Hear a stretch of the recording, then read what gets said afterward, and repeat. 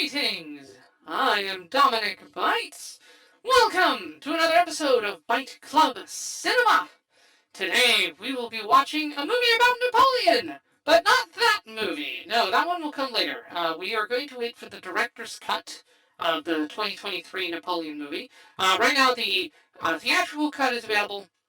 I think it's like 2.5 hours. The director's cut's supposed to be 4 hours.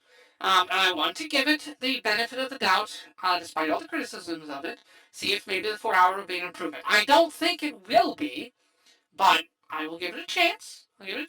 Now, in the meantime, though, there is another fine Napoleon film that does not get a lot of love. It is 1970's Waterloo. It stars Rob Steiner as Napoleon. You have Christopher Plummer as the Duke of Wellington, and you have Orson Welles as Louis XIII of France. Although he does a small role, because his health was already starting to decline by that point. Now, this movie is historically very notable for many things, but before I get into that, let me introduce the people who will be joining me on this. We have Diesel, as usual, trapped in my basement. Little do you know, I'm the reason your pipes burst. I will get my revenge in small ways. Yes, indeed, yeah. The pipes, for those unaware, on Tuesday's stream, my pipes burst right in the middle of the stream. So we got one episode of Tanya done when we needed to get 4 done, and it was like, oh, God. And then it ended up cascading into a long delay of just utter failure. That's, like, basically I was on vacation this whole week, and I was going to get a lot done, and I've gotten basically bupkis. This stream will be the first actual thing I managed to get done, honestly, this entire week, due to that one single disaster. But at least it'll be something. That'll be good. At least I'll have something done. But yeah, and because of the $2,000 it costs to get everything repaired, I can't afford to take any vacations from work anytime soon. So I'll still stream and stuff, but yeah, basically my last vacation for many months has been a complete and utter failure. I'm more stressed than I was before the vacation started, and I'm even more burned out. So this is gonna be bad. I'm not gonna be having fun anytime soon for the next several months because of that. It's gonna be bad. All right. Also joining me is Sage. He has been on a little bit. Hello. Hope everyone's doing good. Yay, awesome. And lastly, joining us is Captain Aurora. She hasn't been on in a little bit, not since Oppenheimer, but she has. We've been holding off on Waterloo, specifically so she can join in. Ding ding, it's your captain on deck. I'm ready to watch this movie and see what this dictator's all about, if he'll even stand a chance against my armada. Indeed. Now, Aurora, I believe of the 4 of us, you're the only one who has seen the 2023 Napoleon, the theatrical cut? I saw an hour of it before I walked out of the theaters. Oh, okay. Alright, so you can comment a little bit on how this will stack up against Napoleon. Sage Diesel, did you watch? Not really, I kind of fell asleep in it. Oh, jeez, okay. Sage, did you watch Napoleon from 2023? Gotta be honest, first I'm hearing about it, so I'm going in blind. Alright, so, yeah, and I know Diesel didn't, and I haven't either. I missed the theatrical cut. I was warned away from it by several people, and it was like, it's kind of a mess. The 2023 Napoleon movie was kind of a mess. People had really high hopes. It was Ridley Scott, Joaquin Phoenix, and Scott does a terrible job directing, and apparently Joaquin Phoenix just phones in the performance. It's like, my God, how do you get 2 really good people who are good at this and they just botch it? So, but this movie is not a botch, on the other hand. From what I saw in Napoleon, it was, I guess you had the full director's cut, and it was way too long. I don't know why that's too long. I mean, Titanic's almost that long, but that doesn't matter. It's like they cut out half of the important things and half the boring things, and then just threw a sandwich together and hoped it worked. Yeah, that's kind of what I've heard. It didn't flow well. Yeah, I've heard the pacing is terrible. There's no connective tissue at all. It's just scene. Now, it could be the 4-hour cut is just even more of that. That's my worry, is that it'll basically just be an unrelenting slog of scene after scene with very little connective tissue between them. But at least we'll do it together. Yes. We'll see. I'm not necessarily going to subject you to the 4-hour version, Aurora, since you already suffered through an hour of the theatrical. But if you want to join in on the 4-hour one, you can. But we'll see. It depends on when the director's cut becomes available. Don't know. Main thing we're going to be moving on to here, once this is done, is we're going to be watching the Dune movies in prep for the March 1st Dune release. And we're also going to be watching... Yeah, we're going to be doing the Godzilla movies and stuff. Well, because you're not often not available, so I don't plan to have you join in necessarily on things. Diesel and I are going to start in a Hasbin Hotel Tuesday. Hasbin Hotel has dropped, and we're going to start into it. Woohoo! We'll see how it goes. I don't know how it will be. We will find out, you know. It's gonna be a good time, baby. Okay, it looks like the first 4 Hello, it's episodes nice to meet you. have dropped. So we will do 4 episodes of Has Been Tuesday. Assuming my pipes don't burst again. Anyway. But yeah. Okay. I'm working on getting them to burst again as revenge. Don't worry. Yes. Let's see. Well, hopefully not. I don't have the money to repair them this time. Like, my emergency funds are gone. I'm in pretty bad financial shape now. Anyway. But, and so the Waterloo movie is historically, it's very important to cinema, actually. It is known as having the single largest army battle scene in movie history. So the backstory for this movie is fascinating. So they had Columbia Pictures, sponsored on one hand. This is made by De Laurentiis. So De Laurentiis has given us many, gave us a ton of different, different. Dino De Laurentiis. Hold on, I'm trying to look up. Among his works include like Transformers. I'm trying to think of an example you guys may know. Oh yeah, so he did the Bible. He did Barabbas. Those are famous from the '60s. Let's see. He did Barbarella. So if you know Jane Fonda, let's see. Yeah, De Laurentiis Entertainment gave us the Transformers movie from 1986. Death Wish. Let's see. Let's see. Silver Bullet. I believe that one is. I think that one was a Richard Pryor, Gene Wilder collab, if I remember right. Oh, there you go. Evil Dead 2 and Army of Darkness are both De Laurentiis. If you're one. So wide variety of things that he has produced and helped over the years. This is one of his. He didn't direct it though. Director Sergei Bondarchuk. Originally they were going to get John Huston, but he dropped. The big thing is, it was very expensive to make. So they actually teamed up with the Soviet Union for this movie. So this is 1970. Soviet Union's in full swing. All of that. They went to Mosfilm, which was a Soviet film company. They had experience with things like War and Peace, doing some Russian movies. And so they teamed up. Columbia and Mosfilm teamed up.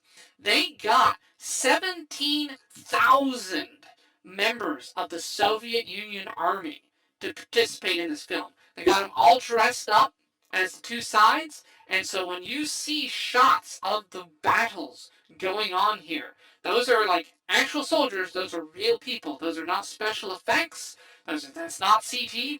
That is thousands and thousands of actual people. It is the single biggest battle scene ever shot on film with real people. For influence, Peter Jackson has cited this movie as the inspiration for the fight scenes you see in Lord of the Rings. Like, the Lord of the Rings battle scenes are based on the fight scenes you see in this movie. So, there you go. So heavy emphasis on practical effects. I can respect that. Well, I mean, there was I'll be no looking CG. for the elves. Okay, there was no CG in this for reference, yeah, because it didn't exist. It was 1970. They barely had computers back then. I mean, computers were sending people to the moon. They were not doing Hollywood.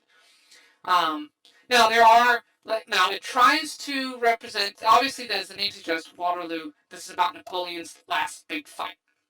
Um, you know, it portrays the sides, the back and forth. It tries to be very historically accurate. There are some liberties. They shot this in the Ukraine, so the terrain is not historically accurate. They tried to get it close. It is not nearly as hilly as the original terrain was. It's not as muddy as the original terrain was. But they did their best. There are a few timing things to try to make certain characters foils against others, so they alter some timelines here and there for dramatic effect, which is fine. That's fine. But yeah, so we'll see. We'll see how this plays out.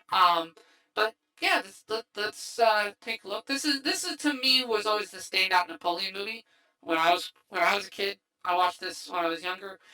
This one and Woody Allen's Love and Death, which was a parody of War and Peace. That was sort of the two main Napoleon movies. Oh, and of course Bill and Ted. So the question: who's the better Napoleon, Rod Steiger, Joaquin Phoenix, or the guy from Bill and Ted? I don't know. Alright, let's see. Usual caveats applied. No audio from the movie because copyright. No, there would be mask over the video because copyright. However, unfortunately, there are no subtitles. I was not able to get subtitles for this movie because it is so old. It's from 1970. I could not find a subtitle file for this, so apologies for that. But if you can get a copy at home, or maybe YouTube's got something you can watch for free, watch along. You should be able to follow along.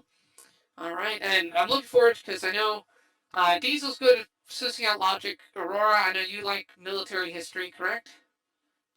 Aye. All right, so yeah. Actually, fun fact about that: I have a Napoleon note. I have a cinq franc, which is 5 francs, from 1843. Nice. Okay. So it's valued And at apparently, 330 USD. yeah. And apparently, this movie, in terms of performance, the movie did well in Europe. Um, but yeah, it didn't really it did not do well in the box office. So another historical note was another movie that was going to come out around this time was a biography, a biopic of Napoleon that was going to be directed by Stanley Kubrick. But this movie didn't do very well in the box office, so he canceled that movie plan. So yeah, if this movie had done well, instead of Ridley Scott Napoleon, we would have had Stanley Kubrick Napoleon. And man, that probably would have been really good. Because he does really good war films. Anyone who's seen Paths of Glory knows that Kubrick can do a war movie. Interesting. Alright. Yeah. Alright, getting ready to start the movie. Are you guys all set? We are. Alright. Ready? Yep, I'm all good. Excellent. Alright. Starting the movie in 3, 2, 1, go! Oh, Now, one buffering. thing I will say they Buffering, could have done for the war scene, instead of using blanks, use live ammunition. Yeah, So then you don't got to pay whoever's participating. Yeah, That would be a good idea. Yes, Hold I up, mean, let me refresh the browser. that would. Also, Hi. Oh, hold on. Okay, you want me to pause? Yeah, gotta refresh the browser. All right, It let was me pause working real just a quick. bit ago. I'm 16 seconds in, so everyone just pause for right now, and then we'll resume at 16 seconds in. All right, let me know when it's refreshed, Aurora, and then we will resume in sync.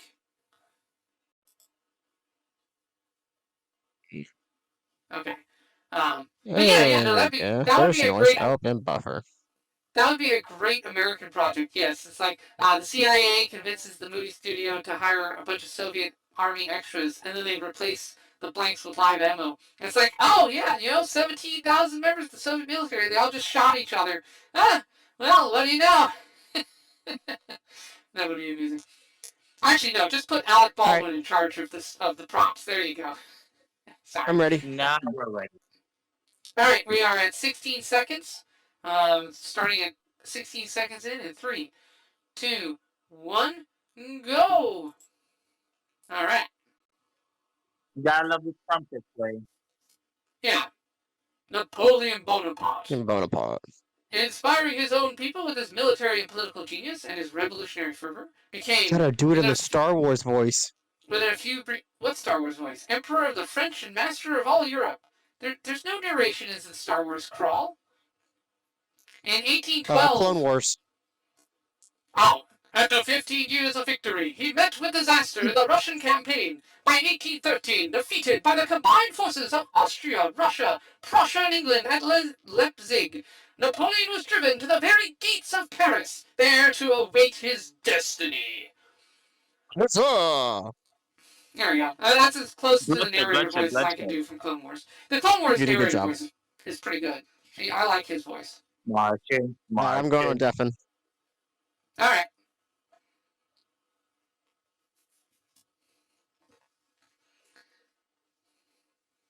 Wait a minute. Yeah, Where's Napoleon? I think that is Napoleon right there. Yes, he's not short as the rumor suggested. No, the whole Napoleon is short thing is historically inaccurate. That's literally just a joke. Yeah. Yeah, I know. Remember, I it's refuse me. to believe Bad. otherwise. At the time, different units of measurement was used, and when they converted, it was incorrect. So Napoleon was shorter than average. Okay, yeah, no, that's Napoleon there. Okay.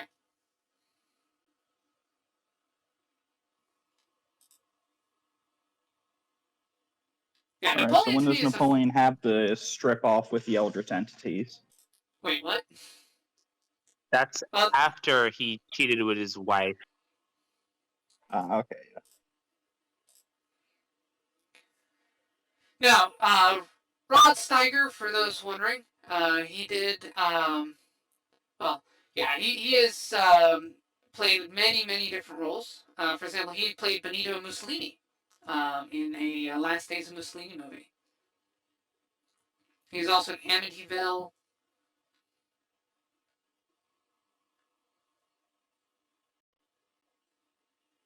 Yep. Isle of Elba. Man looks like he just wants a drink. Mm-hmm. Specifically with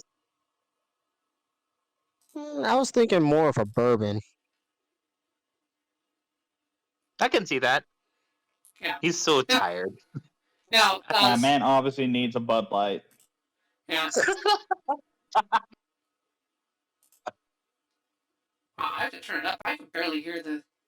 The audio is pretty bad on this. Like, you guys are really loud, but the movie is very quiet. Now, for Ron Steiger here, he is also known for playing Al Capone, which you can definitely see. Oh, my favorite mobster. Mm.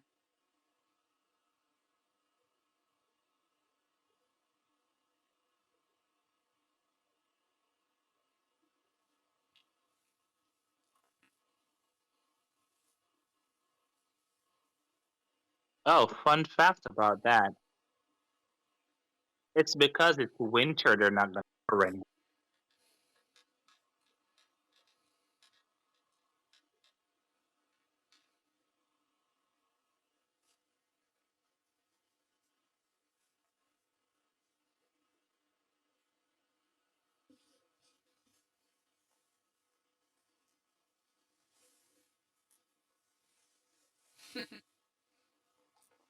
Now, of course, the appropriate meal to eat here while you're watching this movie is a Napoleon dessert. Custard.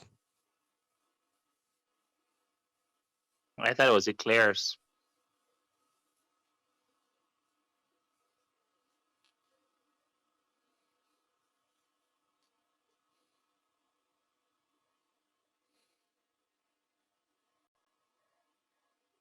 Now, what I'm curious about is how come Napoleon doesn't just tell his soldiers that the enemies are also French?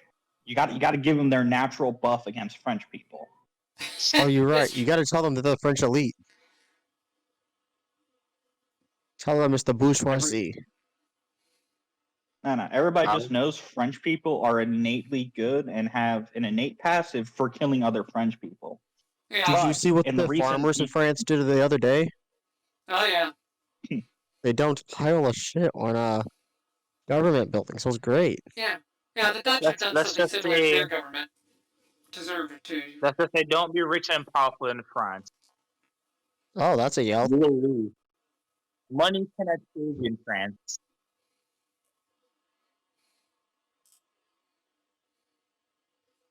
I don't think he's gonna abdicate. No. But powerful I performance here. mean, Like Steiger's definitely like this is you're seeing Napoleon at his wits' end here. Like I will deliver a victory and that will secure my power. So you're getting the character motivation very quickly here. But you're he seeing like wants to how W. tired, yeah, how tired and haggard he is. And he's up against the He's been at wall. war since he was a teenager. Mm-hmm. Every day fighting. Every day trying to wake up the next day just to fight another. Yeah, Must be mentally exhausting. probably, yeah. I don't know how they waxed the floors in the 1600s and in the 1700s. Probably with pig or whale fat, depending. Those floors are shiny. They have a lot of poor people come to those forests and lick them clean. That's why they're so shiny. I wonder, do you know if this was filmed at Versailles? I don't know. This might be a soundstage, to be fair. But they could have shot it on location. It's entirely possible. They did a lot of on-location shots. Let's see.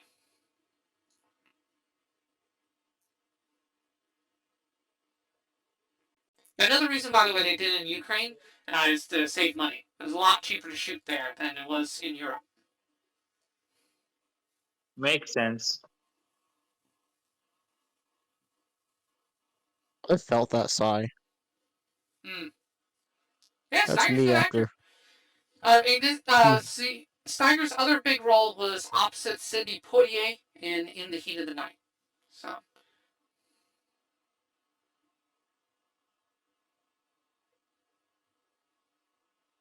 Wait, this was filmed in Ukraine. All right, yeah. conspiracy time. Well, Because fight this was scenes filmed were. in because the Since fight when? scenes were filmed in Ukraine, it's what gave Vladimir Putin the brilliant motivation to attack Ukraine. So, water bloom caused the Ukraine war. Boom. But I'm confused. What is he signing? I think it's his abdication. I think he finally came around to their point of view because they basically were like, you need to surrender, otherwise Paris will burn.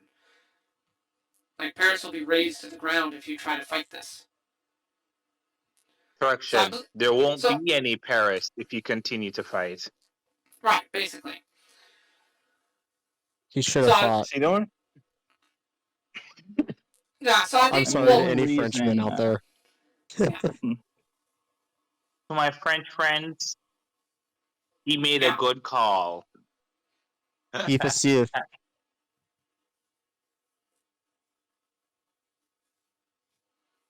Burn them. Burn Yeah. them. My resolution, burn them. let I me would turn you down see, the only my. reason either he didn't want to, concede and sign the treaty is because the only people who are allowed to kill other French people are French people. Yeah. So basically this movie is starting well before Waterloo. So this is before Waterloo. This is during his first campaign, around 1814. He loses. Wellington hands him a loss, and so this is his retreat to the Isle of Elba.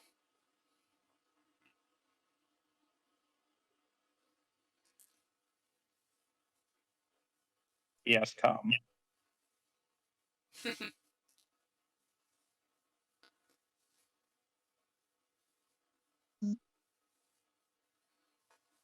Yeah. Yeah, correct. These are the old guard, the most decorated.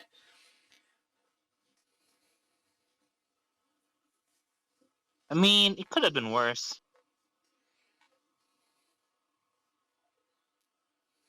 Yeah, he got out with the his time life. up to the post and execution by firing squad.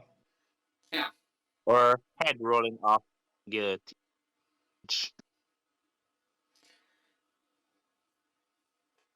Yeah. Die the Take thing, all day. orgies exist. well, Well, the main thing speaking with of- Napoleon is he really did love his country. He was not really about cult of personality for the most part. He really was like, I fight for France and to rule France and to protect France. He was very much a nationalist, which was a very positive character trait for him. What a very He and intimate the history Tsars of of man. Russia.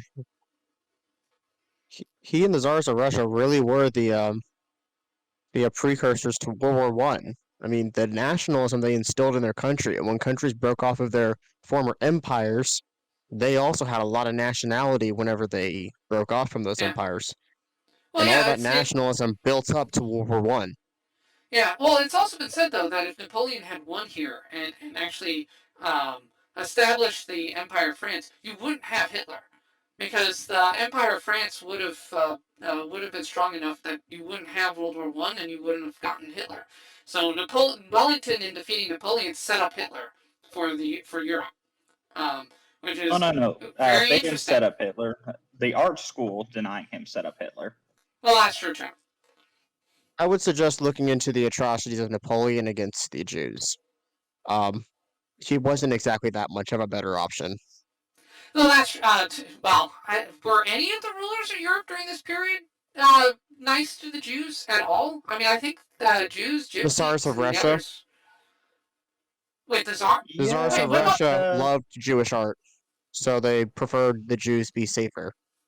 Oh, and then when they Fair got enough, overthrown, you but had the pogroms. Stalin did kill way more than Hitler did. It wasn't Hitler was more until the Sure. Bolshevik Revolution the Jews were oppressed in Russia.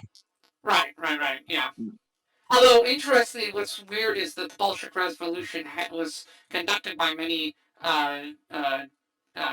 people of Jewish descent. Not religion, but descent. And they were very happy to slaughter their own kind, too. It's like, oh, geez. Man, you guys are weird. Wow. Humans Well, hating on I other mean- humans. Yeah. But yeah. The history of this period, it is fascinating. But Napoleon himself is a fascinating figure. Just because they don't go into it here, but one thing I love about his story is, so this is post French Revolution. You've already had the French Revolution. You already had the old monarchy deposed, the nobility deposed, and Napoleon was on the side of the French Revolution. He wanted a republic. He helped fight for it. But when it started to eat itself, when you basically Robespierre was crazy. Oh yeah, Robespierre. But Robespierre was also consumed by the thing he created. That's the thing. Because what happened is the story of the French Revolution, the tragedy of it, is yes, they got rid of a corrupt nobility that cared not for its people and allowed them to rot in poverty. But then they also turned against the intelligentsia, the people who had spurned the revolution and knew how to rule things. They also killed them too. So they eliminated not just the corrupt, but also the people who knew how to run things. And everything was falling apart. And so Napoleon rapidly found himself as the smartest man in the room. Like, he was not the smartest man in the room when it started, and he acknowledged this. But then, eventually, he was like, I'm the only one left here with any sense. Once And the Napoleon country's falling escaped from apart. Elba in here a you go. desperate gamble with less than 1,000 men, he invaded the mainland of Europe. Yes. Oh, you gave me What 1,000 a men? chat. I'm going to invade! Yes, only Napoleon would pull Napoleon that off. was the only one who didn't fall for the cake. Yeah. He better be Napo- glad his ships didn't meet my armada. Yeah. I'm going to invade a continent with 1,000 men, and I'm going to win. That's the funny part. He won a lot. Here's Orson Welles. I mean, Oh no! He escaped from Elba! oh no, a guy in the island escaped via the boat. He Yeah. The came tiny in. man! Somehow Napoleon survived. It's not like he's I want to No fold one that survived. paper into an origami sailor hat. Look, all right. The AI for the guards wasn't all that sophisticated, so due to Napoleon's height, they were hitting over his head, which Yeah. allowed him to hit them without them hitting him. That's how he Yeah. survived what Stonewall Jackson couldn't survive. He was too shot to be shot by friendly fire. It's too short. Oh, his hitbox was too small. Yes, there we go. Exactly. He is the knick-knack of GoldenEye. Where Stonewall his hitbox- Jackson was a family-sized meal, Napoleon was a fun-sized. Yeah. Look at the brain of that guy. Mr. Look, the Big devs Brain. forgot to adjust his hitbox with his current skin on, so it was harder to hit him. Yeah. This guy looks more Dutch than he does French. Entirely possible. I mean, a lot of intermixing. And this old guy, he looks more English than French. Well, that's Orson Welles. Wow, So he yes. He looks like the type of man who suffers from the gout, the Yeah, rich I mean, man it's- illness. I mean, Dude, it's it Louis looks like he's in a XIII. football suit. How bloated he looks, he might be a potential alcoholic. Yeah, well, Orson That's what Welles I'm was in saying. bad shape during this. Unlike I'm saying, he looks like he's in a French football man. suit. Unlike the average Frenchman, he actually eats 5 times a day. Mm-hmm. That's probably why they let Napoleon back. Yeah, well, basically, Napoleon gets kicked out to Elba. Louis XIII comes back, and basically, in that, like, only the span of, like, 10 months, the country goes to such complete and utter chaos and anarchy, and just people start starving, that Napoleon's return is like, oh, yeah, no, you actually know what you're doing. And that, again, that's the story of Napoleon. Is he was left as the smartest man in the room, realized he was, and so he was like, I either just do nothing and let my country fall apart into chaos, or I step up. And he stepped up. I mean, did he do everything right? Several No. Obviously flawed. I mean, but he was a man driven to betray his own ideals of as a republic to save his country. Okay, in my head canon, I think Napoleon invaded Europe because he knew that once his soldiers die of old age, it's over. So use them while they still have fighting.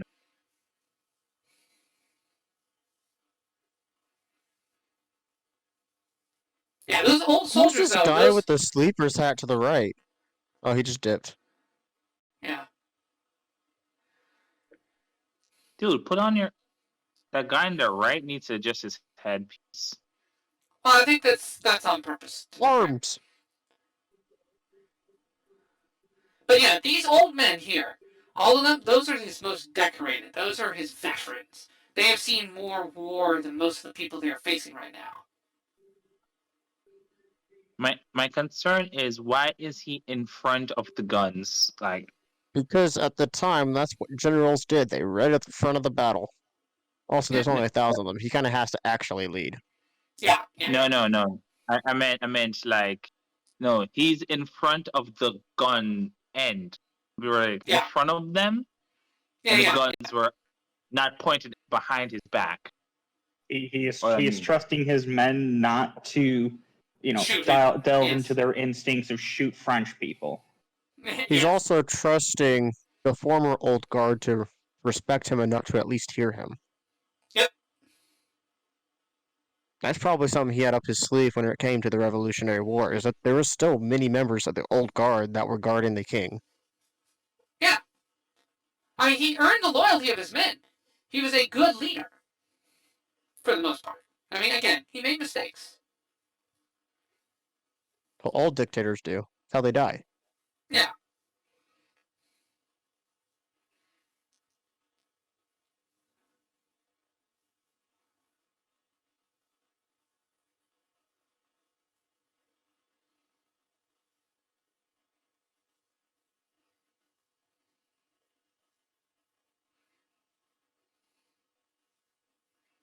Shoot me if you dare. Wow. He just laid it out like, if you want to kill your emperor, shoot me. Like, Yep. No Who balls do you- on- you won't. Who, No balls. yeah, who do you prefer, me or the other guy? And the other guy was so incompetent and bad at his job that Yeah, they were like, No balls. We shouted at them to fire him, and they just didn't. They They're like, because they knew he was Drop right. the rifle. No, he just fainted. mm-hmm. Bruh. Leave it a smoke. Leave it a smoke. What do you Hands mean our can army just handle joined the Napoleon? Napoleon energy. Yep. He was See, a little did you know, conqueror but among Napoleon men. was giving off so much big dick energy, he fucked that man into unconsciousness. Napoleon secretly had Aphrodite's help. King me, baby. Yep. And now, Napoleon went from king to pawn, and now he's back to king. I mean, I know it doesn't work like that in chess, but you know what I mean. I It would mean, feel I weird to don't call want him to be good queen. job, Napoleon. You became emperor. Is that Just, a Polish flag in the background? No, that's the French flag, I think. But yeah, remember hope all so. these. when do like 11 people come up with daggers and stab the living shit out of him? He's Actually, not yeah, no, Caesar. yeah, comparing him to Caesar though is apt because Caesar was in a similar circumstance to Napoleon. The reason Caesar You're moved just to gonna be throw an emperor. Arabic sword like that? You know how expensive those are and how priceless they are? Yeah, well, that's the And you symbolism don't at give play. a Yeah, fuck. yeah, I mean, The they're French. really strong swords. They're meant to be used by leaders on a battlefield, but yeah. That's why. Yeah, that's the symbolism at play. Yeah, no, yeah, that's how great it is. It's like, before you, I He is cast this relinquishing extremely control. valuable thing. Yeah. How does it feel to go on a All right. 20-year vacation and come back running a? Yeah. You can tell the sexual tension between these two. Napoleon really wants to get that man. Wait, let's not. But we're going there. Yeah, but yeah, he's offering up his commission essentially and being like, "Do you still see fit to let me lead?" And Napoleon's like, "Yep, no, you're cool. We're cool."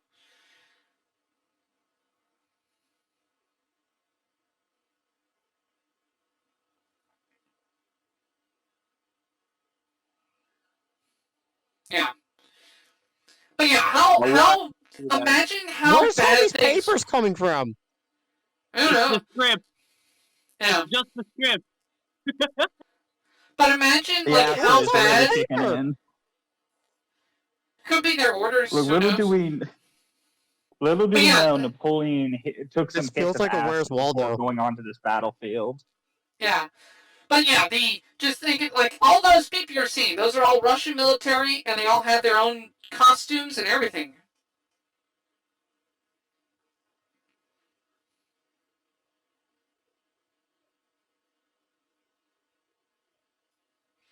But imagine how bad Louis XIII had to screw up in only 10 months to make everyone be like, hey, yeah, let's get Napoleon back. We love Napoleon again.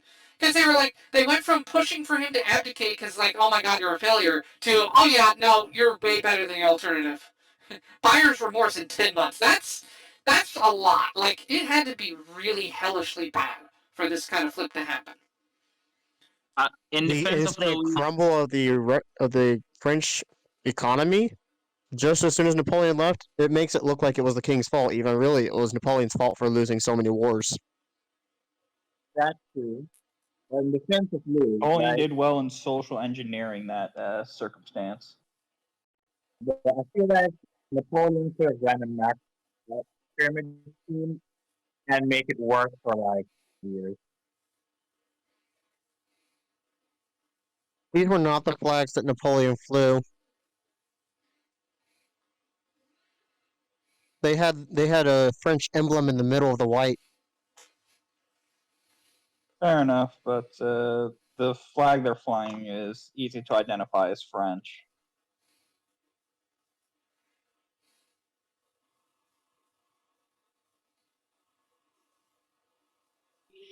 Yeah, I have noticed, even with these historically All right, accurate General movies, you do have McCarthy. things.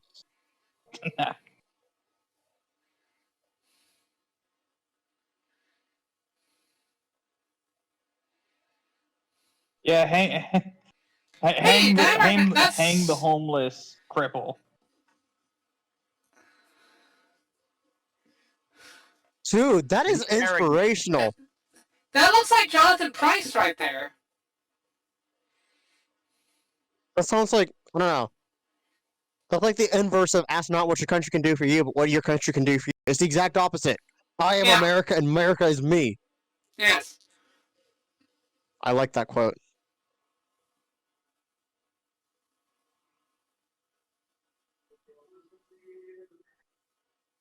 Yeah.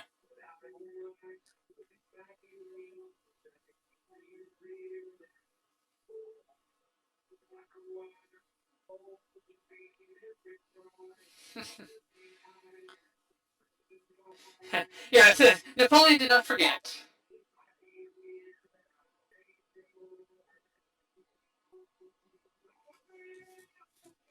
Yep. Well, yeah, basically, Man.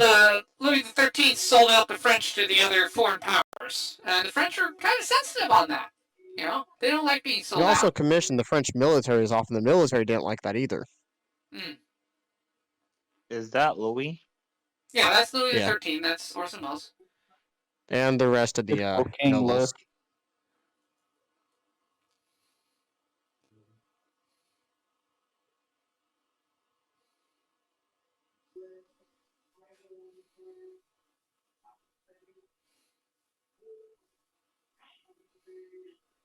Don't worry, lady. You'll be getting the inheritance, so you'll be swimming happy. You'll get the inheritance of a behead. Exactly. But hey, if you're good looking enough, you can attract a French noble. That will also be beheaded. Get the same inheritance. Look, man, She, everybody loves being beheaded, alright? It's a great inheritance. Do you know the last And sense to go after being beheaded is your hearing? I did know that. I've had my head cut off multiple times. They still haven't learned that doesn't work yet.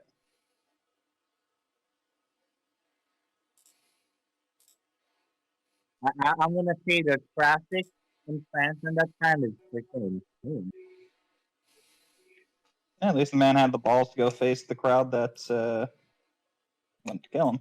That's just waving fire everywhere. Dude, that's the bravest thing I've seen a man do. Go into a French riot as an This also elite. reminded me of just going to any sporting event ever. Well, I mean, you could it's say it's even like braver sports. because he's also French, so he knows that they all have that buff against him. They got that plus to hit and plus damage. Yes.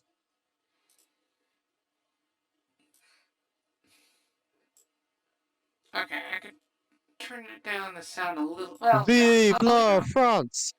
Vive la France! Vive la France! I hear.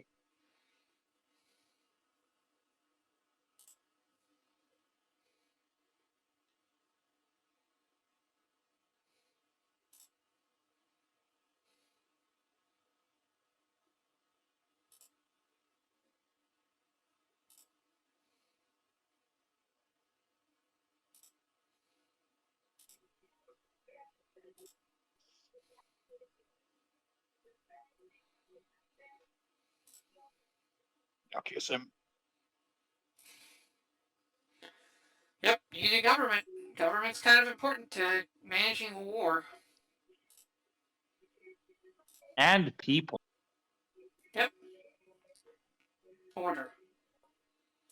I mean, remember, Napoleon is the one who drafted the Napoleonic Code, which is, I mean, it's very different from our American system, but it is a system. He very much wanted order.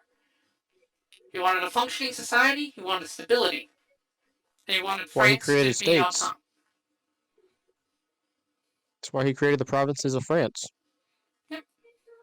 And clearly divided Paris. Mm-hmm. He understood that order represented the ability to Stability. progress and to build. Yeah. You need stability He for life just to said, thrive. Arnanan just got killed. Now, it's possible to overdo stability, which I think, like, the Napoleonic laws go too far, in my opinion. But No, they're pretty spot on as far as what happened. I mean, he created an education system. He created a fire department Yep. system. He created an Yeah. entire medical wing of his government. Yep. I want to point out the fire system in place he set up. It makes sense because if you're not careful, France can go into another riot and set things on fire. That's So why it's needed. You need to control, he, allow the riots, but control it. It's like the United States. yeah, Allow Gotta the let them get it protests. out of their system.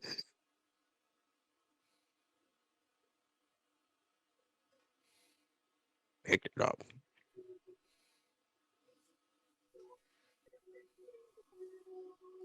Well, then your sword picked it up. You didn't pick it up. He stabbed it and lifted it.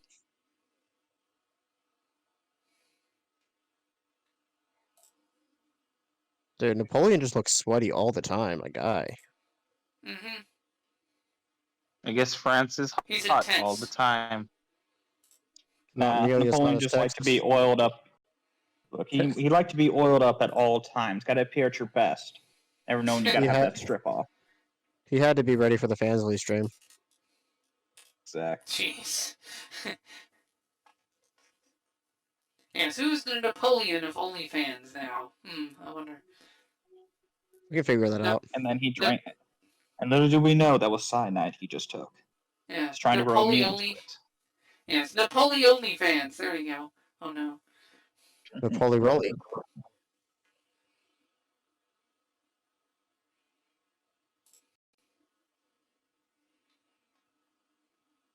Your daughter is your possession? Well, your son is your possession. I wouldn't call people property. Well, But, it's you the know, 1800s. as we all know. People, it's the 1800s. You know. People could be property back then. That's what I said. The times change. Yeah. Is he lying on the mats? Dude, really getting Yeah. ready for the Fansly stream. Look, Where are the we cat all ears know. at? We all know Napoleon was the first one to use biological warfare. Hence, why we have polio.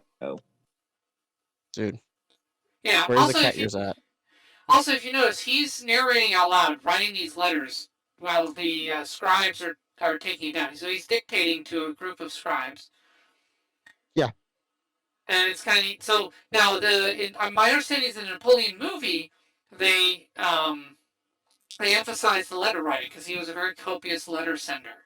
So Ridley Scott chose to emphasize that as a narrative trick, but didn't really do it right.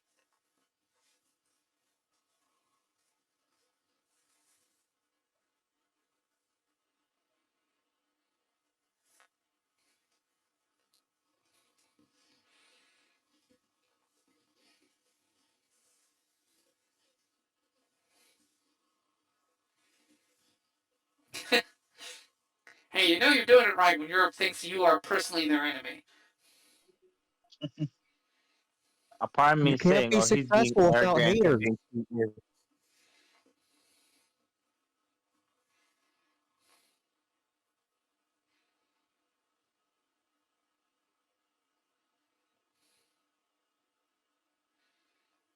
Dude, where are his socks?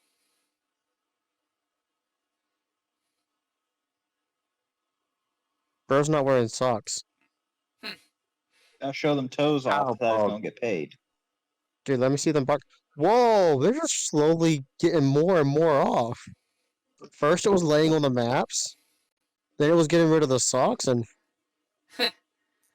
what's next? I think there's nothing next after this. Oh man. Camera just needs to pan down a bit so we can see the Napoleon. Trying No, to think of a clever pun.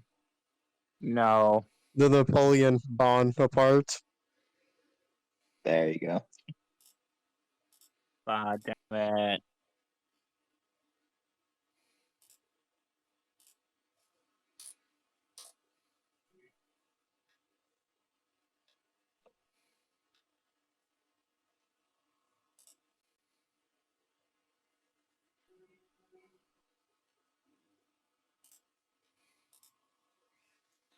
Yeah.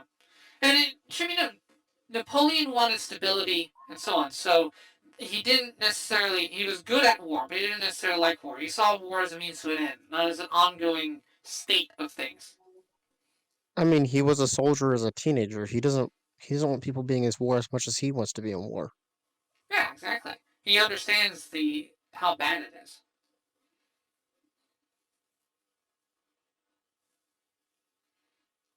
Dude, there's whispering now. We got ASMR too. Yeah. God. But yeah, no, I like Sparkling. the little internal narration and little flashes of Swimming things in that the we get here and Napoleon there. bathwater. Oh God. Oh, Oh dude. no.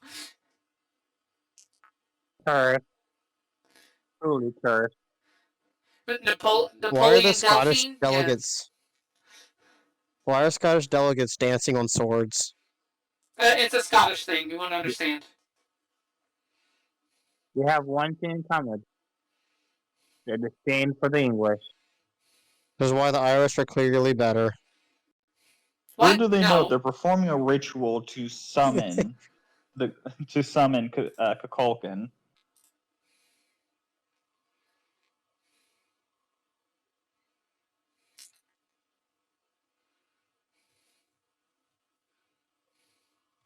She's like, I know why I picked the big ones. If we're lucky, dear, we can get a three-way. If you're lucky, you can get a wife.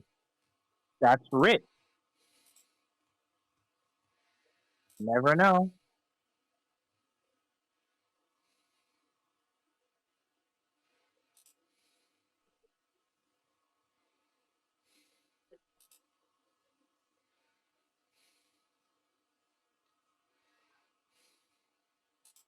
I never understood the spinning of the tassel thing.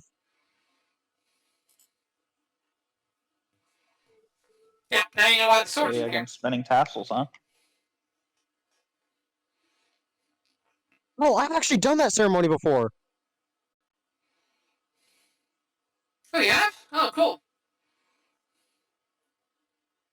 Question is, why didn't Okay, you that's a this? little bit more sword spinning than I did, but oh no, that's because he's the drum Yeah. major. That I didn't do Yeah. that. No.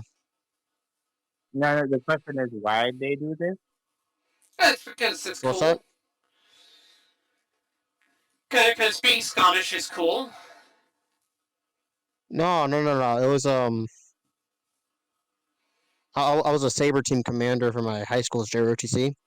Oh, okay. So we did what was called the pinwheel formation, which is where you start in the four quadrants and then you join in together.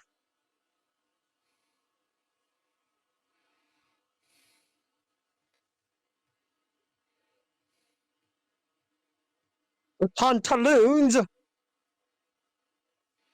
So I believe that's Wellington there. Burn him!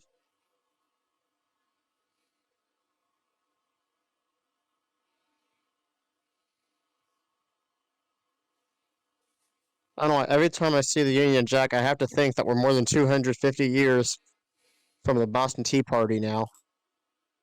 Yeah. Well, at this point, America's only maybe 30 years old at this point when this is going Yeah, on. but This I time, just see which the is Union Jack fascinating. and I think back to December 16th when they dumped 280,000 gallons of tea into the Boston Harbor again as a reenactment for the 250th anniversary. Mm.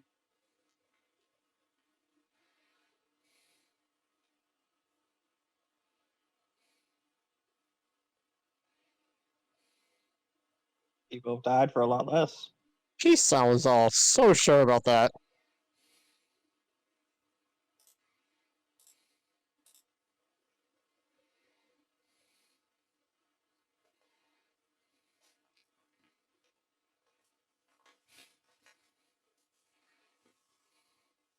Yeah.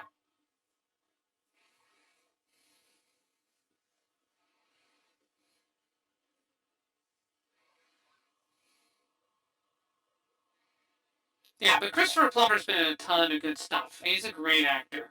You have The Man Who Would Be King, where he played Rudyard Kipling. I remember him in that one.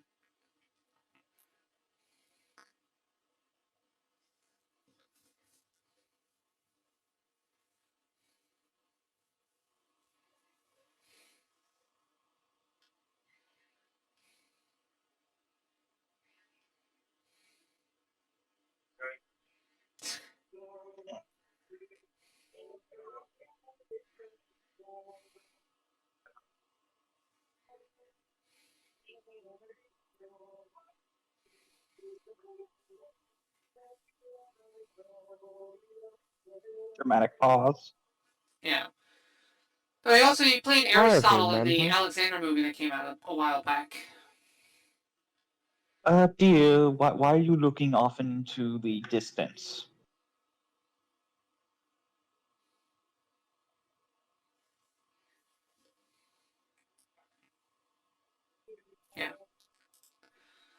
That was Actually, another important part of him. He's the first kind of like European leader that like separated state from God. yeah. Well, I saw the sensibility in that. Okay. You probably know him best. He is the main antagonist in Star Trek Six. He plays the General Chang, who likes to give Shakespearean lines while doing his stuff. So Interesting. that's Christopher Plummer. Yeah, and heavy makeup. I Of course, never delved into the Star Trek side of things. Really? Oh, okay. You should. I watched Discovery and that was about it. The Okay. one that just aired like the last like 4 years. Yeah, the first 6 Star Trek movies, apart from the 5th one, are pretty decent. Like the first one's kind of meh, but like 2, 3, and 4 are an excellent trilogy, and 6 is also very strong. Very good movie things there.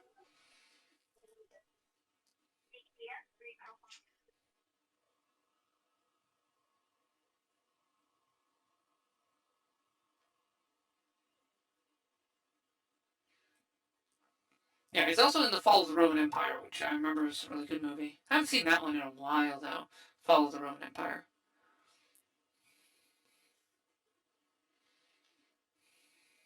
I'm getting noise complaints apparently. Noise complaints? Yeah. Or other people? There's other people in my house, but Oh, they okay. can deal with it.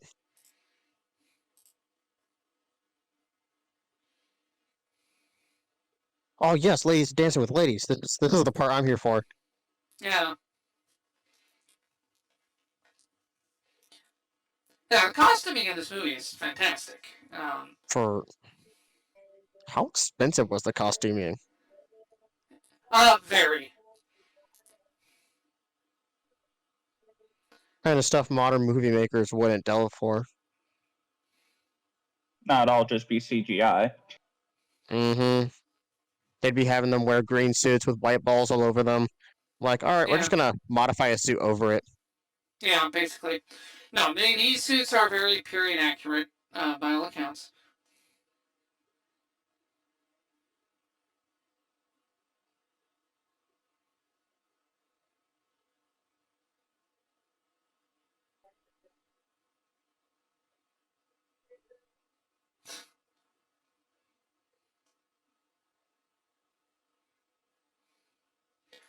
Now, I think this guy here, he looks really familiar. I think he's in Pirates of the Caribbean.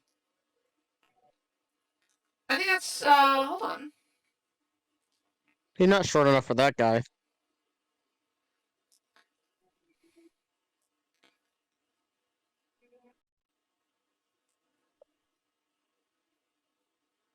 Yeah, it's, okay, that is Jack Hawkins. Oh, no, okay, no, it's not him. He just looks kind of like him. But I've seen him in other stuff, yeah. So, is that supposed to be King Arthur the Fourth? King Arthur the Fourth. Let me see. So you have, Who was the King of England at the time? Great question. I'm googling it.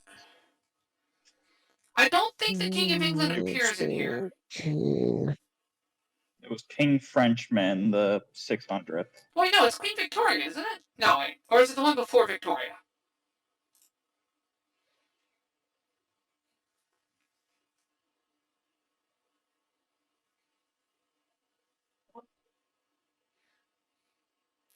Yeah, so that guy, I mistook for the guy from Pirates of the Caribbean. They look very similar, but no, that's Jack Hawkins. Nah. So he was in Zulu. There we go. That's where I recognize him from. He was in Zulu, a lot of British productions. He was in a production of Jane Eyre. That King George commander just III. had the worst case of diarrhea he's ever had in his life. King George III was still ruling during Napoleon's Okay. entire reign. Okay, good to know. Who was George's predecessor? Or successor? Oh, of course, the Bridge on the River Kwai. Yes, he plays the major in Bridge on the River Kwai. Yep, yep. Oh, and Ben-Hur. Okay. There you go. And Lawrence of Arabia. Yes, yes, yes.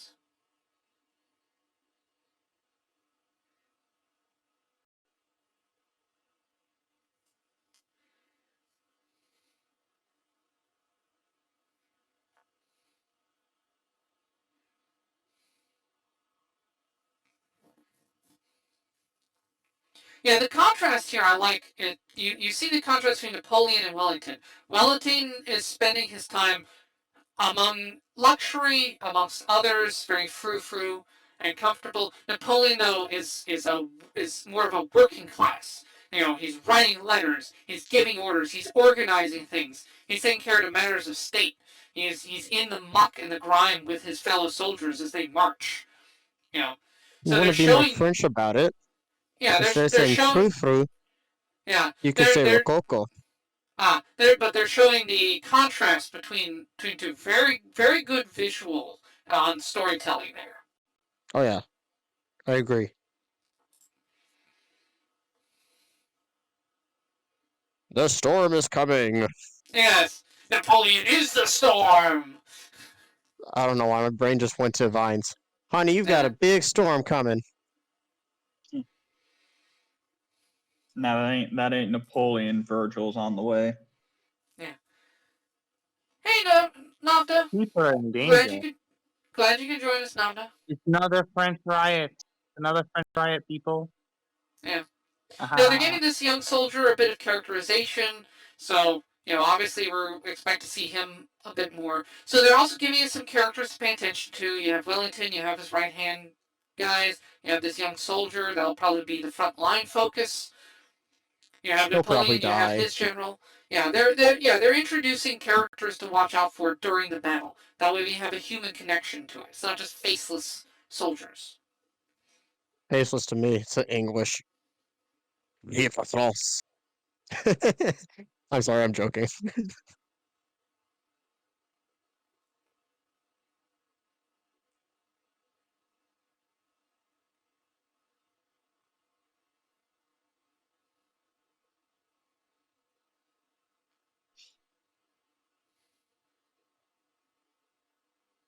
Oh Mm-hmm. my God! It's Waterloo.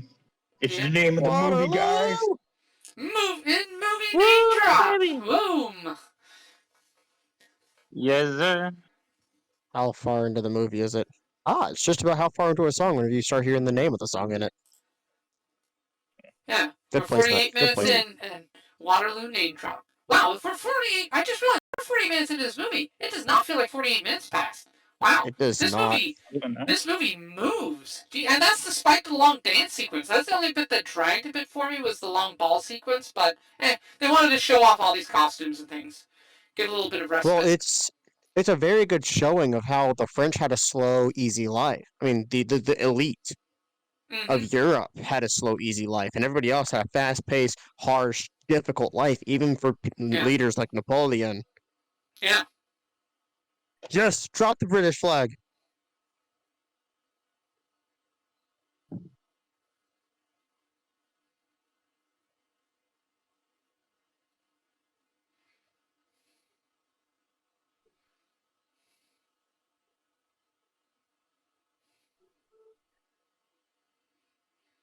Yep, and Napoleon was Yeah, correct. You He instead of pushing his advantage, he allowed Wellington to retreat intact. That allowed Wellington to set up in Waterloo. And if he had chased after him, harassed him, worn him down, Wellington would have been in worse shape. He essentially allowed Wellington to use his backup position unmolested. must press the advantage. Give them no quarter. What that flag is? That black and white one? The X's on it? Yeah, so you're seeing the tactics play. Oh, sorry. They definitely did their research into historical flags that were used at the time. I just don't recognize them. definitely seems like they're doing the historically accurate flags when they're in the background. When in the foreground, they do more commonly like scene flags so it's easier to identify. Yeah, like earlier I pointed out how they had the wrong French flag at the time. But at the same time, it's not the modern French flag because it has navy blue and not sea blue.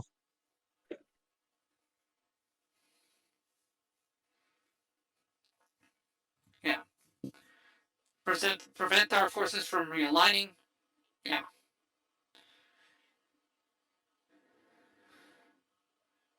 Yeah. Yeah, Napoleon and Wellington both had an excellent understanding of the stakes and what Austria. were involved. Austrian flag. Hmm. So probably Prussia.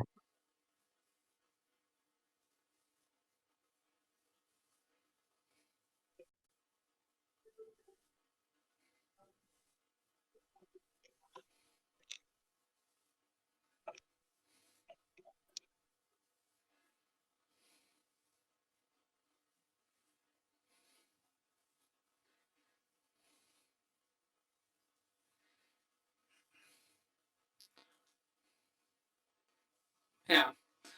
Yeah, in other words, it was a tactical retreat. Wellington planned to pull back.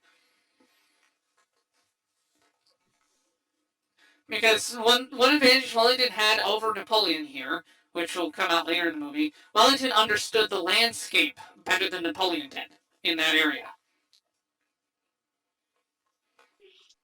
Well,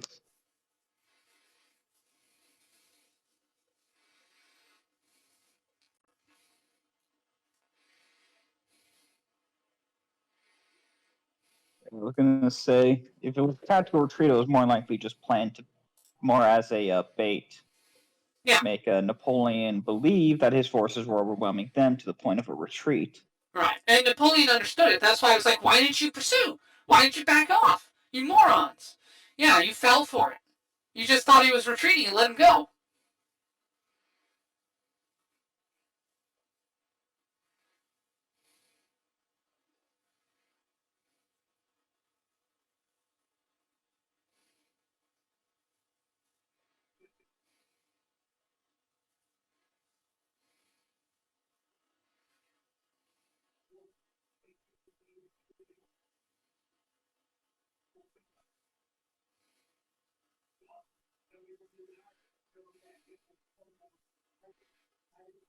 Yeah. That's when he understood the forest. He had already scouted it. He'd probably done it himself before. Thank you.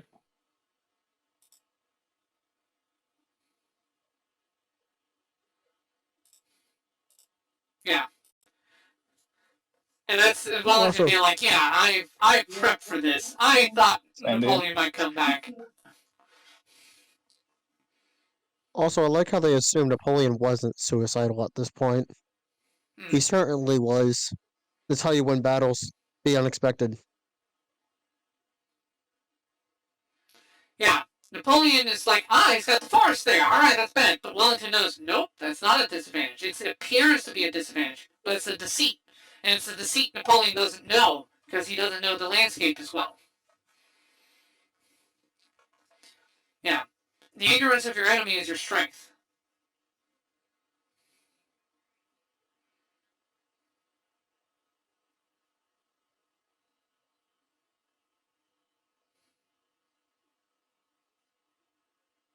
Hey, look, it's bacon. That sounds like a good Bacon. compromise right there. Only half? It can be Darth Maul afterwards. Yeah, exactly.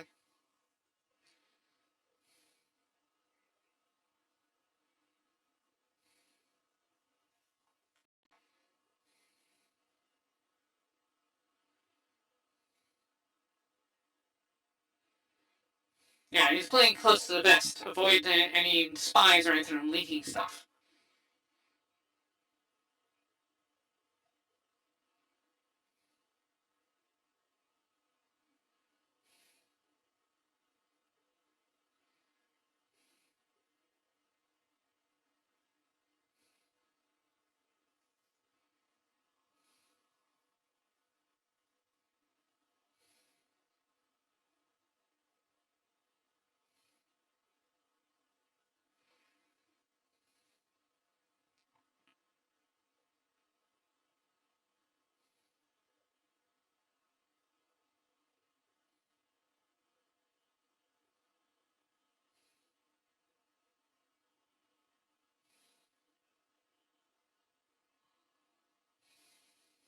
A miracle! A pig just magically appeared! Now this is also important. And that is Napoleon's troops were better fed than any of the British troops. This is actually one of the keys. Napoleon invented what would become modern canning to feed his troops. But the British did not have that technology yet. So the reason this guy is getting a pig is they're starving. They've got hardtack and really crummy rations. Napoleon's troops, on the other hand, are much better fed thanks to preservation techniques that he created.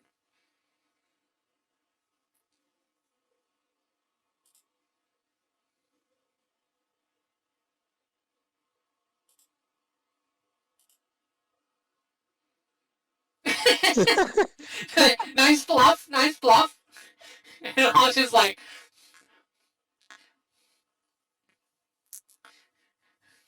alright, you have a gift for Gab? Alright, will it be enough?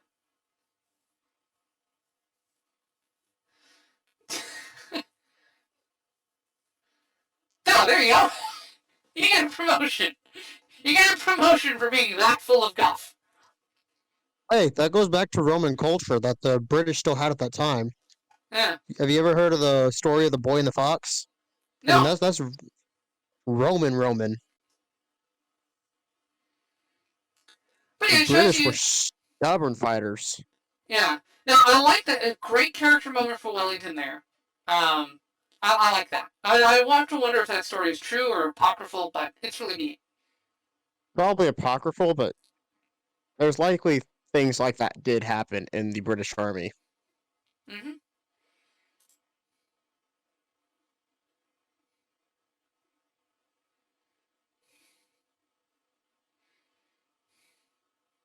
Okay, so that's Corporal or O'Connor. So that's Donald Donnelly.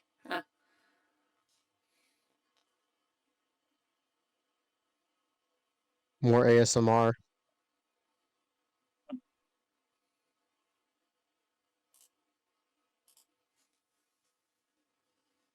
Yeah, I like the use of the whispering to reflect their inner thoughts. That's cool. That is good story making. You don't get that a lot in movies. You don't have inner narratives portrayed in movies. When we get around to watching the 1980s Dune, you will see that, and it's used well. I have not watched the original Dunes. I only watched the one that came out like 5 years ago. Yeah, Dune Part 1, yeah. Which I think they're dropping. Is it part 2 or part 3 that they're dropping sometime this year? Part 2 comes out March 1st, yeah, the conclusion. Okay. I'm so looking forward to it. It's going to be our big springtime hit where I work. Alright. I watched the first one on opening weekend. Gotta say, we can talk about that one when we do the Doom one, but there's a little bit of a disappointment for me.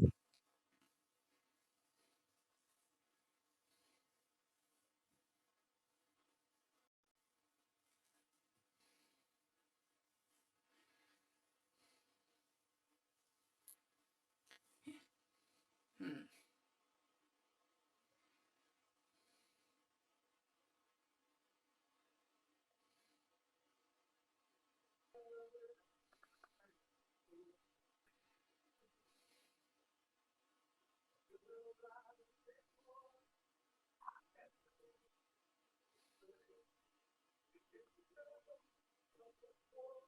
Yeah.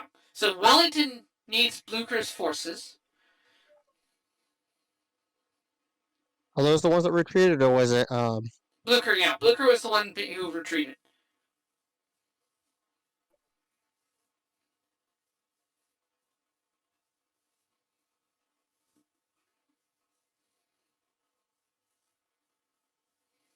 Yeah. I like these little seminars too. The movie really spells out the tactics here. It spells out both the stakes, the scope, and the tactics. Very effective. Like for anyone who writes military science fiction needs to pay attention to this. This is how you do it. This is how you set scale. So important. Some of the Star Wars sequels just completely flubbed in every way imaginable. No sense of scale whatsoever. I know, I mean, you watched the 8th movie? Was it the Last Jedi? Yeah, that was terrible. Yeah.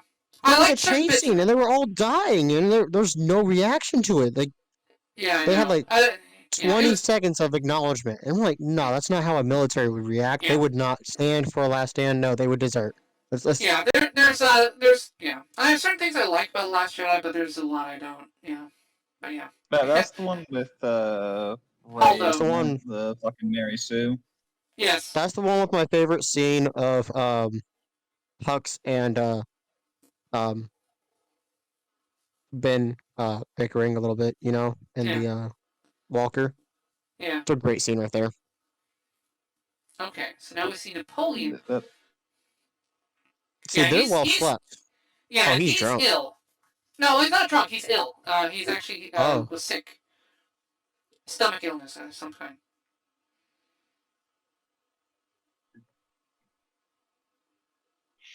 Napoleon just bringing a crock pot in the middle of the battlefield when he gets the runs. Hey, slow cookers are good. I like crock pots. I actually own one. Get Crock me pots my are great. fiber soup.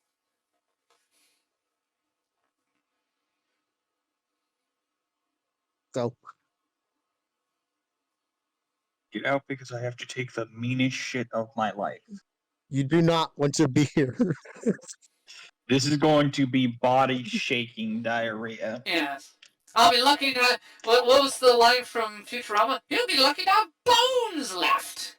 This is about to be so bad it'll make an atheist turn to God. Mm. Reminds me of this bumper sticker I saw in the middle of traffic today. There's this guy that had a bumper sticker that said, "Honk if you love Jesus," and I just think to myself, what if this guy was just stopped at a green light and an atheist was behind this guy? Mm.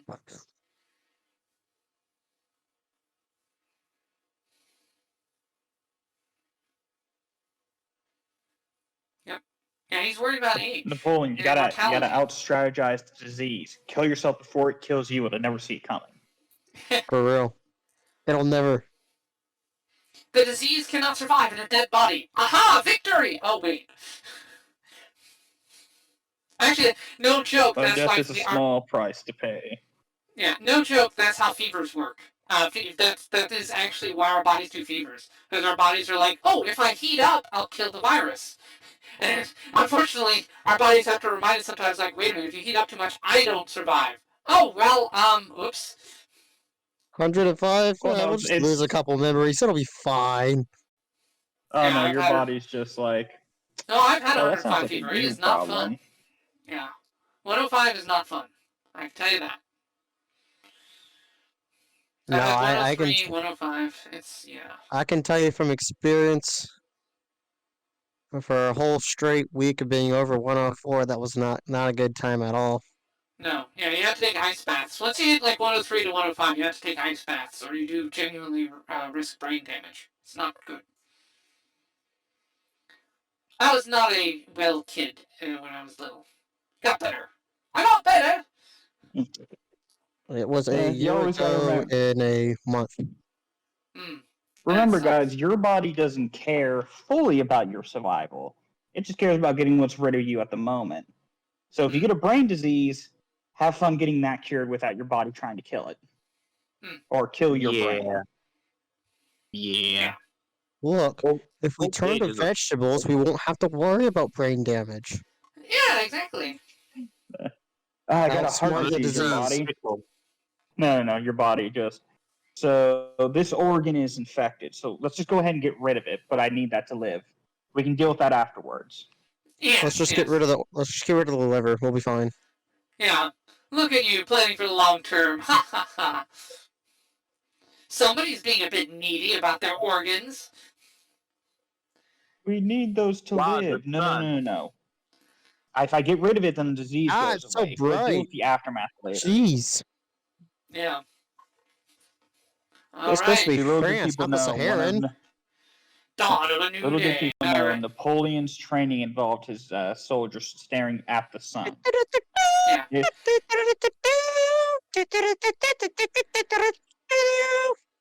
Now, apparently, try to get the ground as muddy as it actually was, they apparently built some kind of massive irrigation system to like pump water to make the ground muddier. It didn't quite match the conditions, but they got pretty close.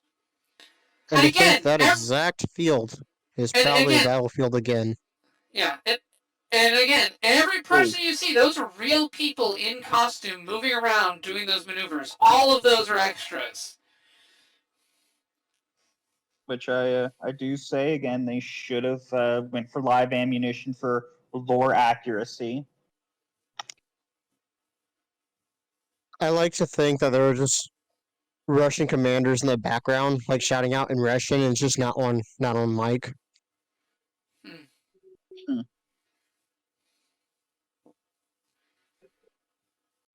Oh, it's better now. So we're going to need to destroy the house I blew up last night. Yeah.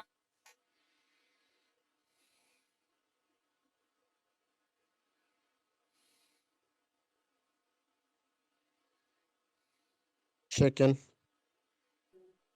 bread, Got checking butter, for poison. more butter. This one.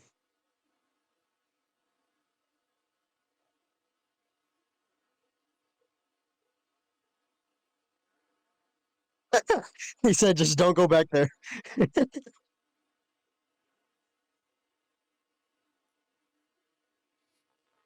Yeah. We must dine. Power our brains. He is holding back the dams Eyeballs of the dam. Yeah. Because he's focused very much, he's projecting health. He has to. He has to project confidence. Yeah. His eyes were bulging out because he was worried about trusting that really warm fart.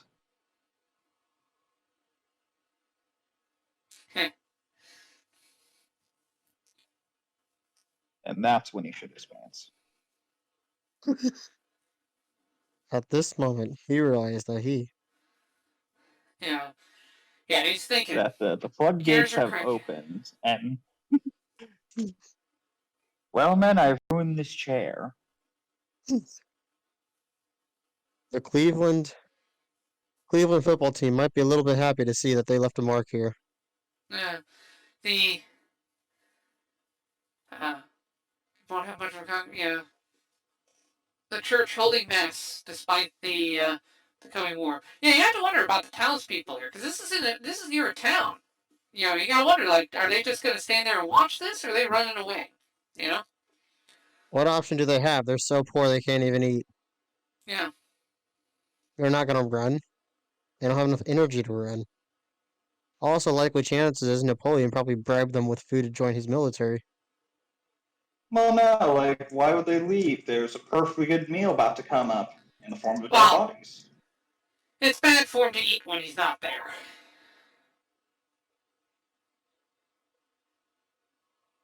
He's also...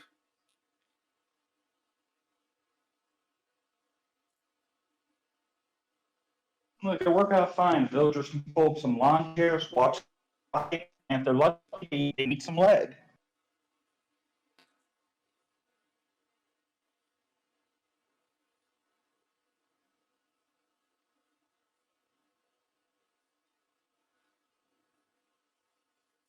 Yeah.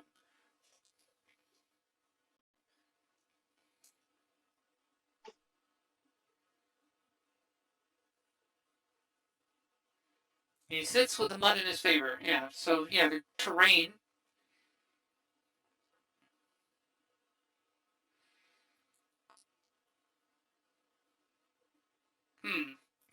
He said, "I'll take that challenge."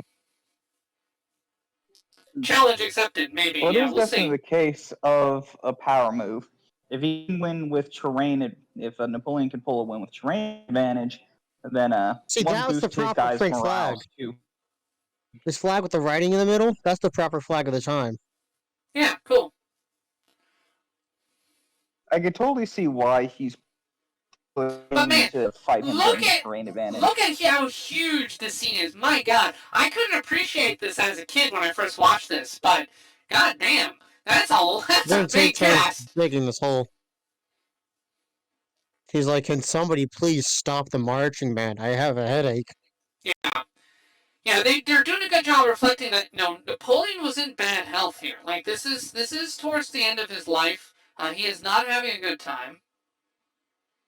Wellington, on the other hand, is a lot healthier. And therefore his mind is in better shape. It's kind of like Nixon versus Reagan. One's really relaxed and collected, the other's stressing. Yeah. True. Yeah. He doesn't have a plan? No wonder why the French won. He didn't even have a combat plan. Oh, How are we supposed to I'm win loving without that end time step. a plan? Yeah. I Again, like to imagine Napoleon. every extra we you're got to seeing. try to predict what he's planning. Yep, and again, every extra hero you're seeing is as an actual military person. They're an actual army. So, it's pretty cool. I mean, it's a pretty good combat plan, you know. How's he going to try to predict my combat plan when I don't even know what I'm doing? He can't prepare for it. Yeah. Well, that's no joke. That is what our enemies say about fighting the U.S. Army. I think the specific line that's famous about describing the U.S. military in general is, you can study all the books and the manuals from the U.S. military, and rest assured that they will never follow any of it. Mm-hmm. We almost never follow our own just tactics. on the fly. Yeah, but it's our greatest strength. It's the single biggest thing that delivers us the win on a consistent basis is the fact that our military has historically tended to be made of people who are very creative when the chips are down, and in a way that the enemy cannot predict. I mean, we've had a captain deliberately tilt his ship by having his troops go to one side, tilt the ship just so he could fire further inland. Nobody saw that coming. That was just crazy. Oh, wait, no, it wasn't soldiers tilting it. He actively said, we're going to flood this part of the ship so it... Oh, yeah. Yeah, that was it. Nobody saw that coming. Another part of it is our military has 4 universities. We literally have a scholars military. So not only do we not follow our own tactics, we're studying tactics of history and modern tactics, trying to find the best one to suit a specific situation. Yeah. Because there is no one size fits all in military. Yeah. Now at the same time, I'd like to imagine one time the U.S. government's going to go, not government, but the military's going to go to battle. They're just going to be dressed like Roman soldiers in a phalanx formation. Yeah, who knows? Probably happened. I wouldn't doubt it. I would say that'd be wild.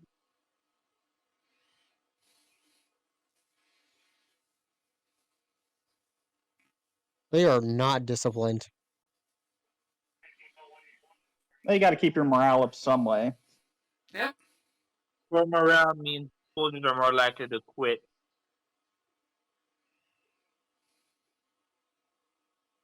Yeah, anything that wastes time.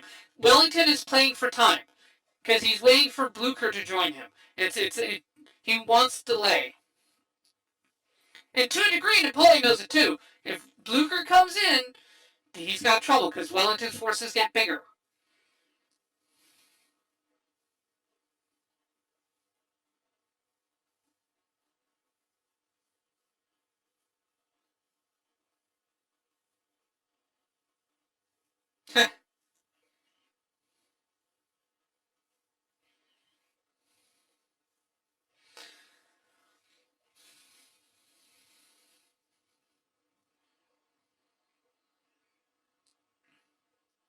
Yeah, no, it should also be with the U.S. They keep military. sounding less and less sure. Yeah. It should also be noted with the U.S. military, it's our greatest strength or creativity. Our biggest weakness, though, like other militaries, is there's a bunch of idiots in certain posts. But that's always historically been the case. The trick is when push comes to shove, the idiots will tend to get out of the way. Usually. It's almost as if a vehicle was driven on there. Yeah.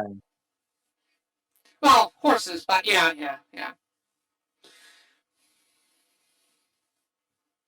He was too short to get his leg over the end of the horse.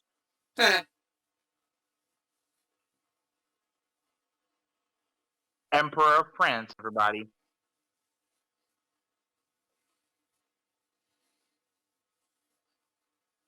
Hmm. If that's the case, why did you choose to fight Russia during the winter? Yeah, so he's right there watching to issue the orders best. He's not doing this remotely. He is on site. Yeah. He has to rally his troops, otherwise they won't Yeah, do it. exactly. It's tactically better to be on field. You can adapt to the situation as it comes instead of 15 minutes later getting an update on the field.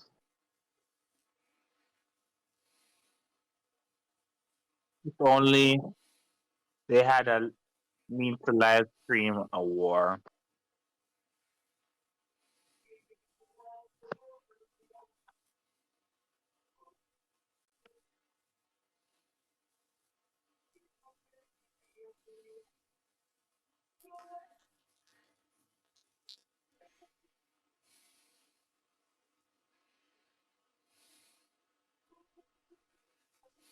Wow, the Yeah. And British then, of getting course, drunk on battle. they even got a butler there. Mm-hmm. Oh, they are. I You can mean, definitely see the drastic change. Napoleon's talking with his men. He's sitting back there, chugging. We got this in the bag, guys. well, that's the thing too. Wellington doesn't know he's going to win here. Like we know the outcome, but they didn't. Like Wellington was actually nervous here. Like he had some advantages going in, but They did very good at playing it cool.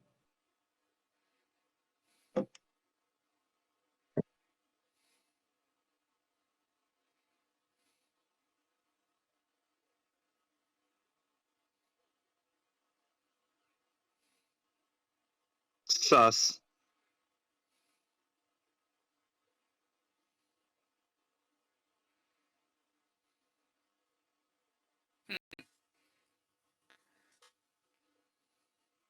now I think the hat he wears, the hat is I mean, from the just as much as Revolution. American.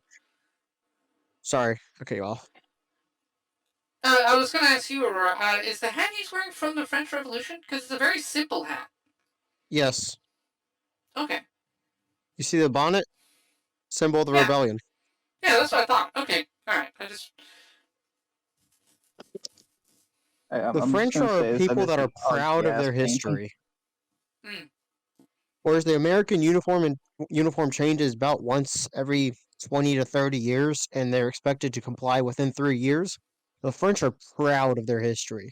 The National Army of the French are allowed to wear the old uniforms. Wow. Oh, that's cool. They remember their history of killing each other and their enemies. I don't know what the French equivalent of Remember the Alamo is, but I'm pretty sure they have something. Maybe. Actually, that would be a fun thing to look up. It's probably this Mine battle right would here. be, my guess is never fight Russia during winter. Yeah, that's true too. Yeah. Well, that's also a German lesson That's too. their remembering. Never forget. Well, if you're at Never least going to fight the during Russians during winter, pack some winter clothes. If you're gonna fight the Russians in winter, make sure you use a water gun. Yeah. Wouldn't it just be better yet, all right? No, just bring food with you. Invite them to a Half pool of them are party. probably starving anyways. Hmm. Yeah, that's probably true.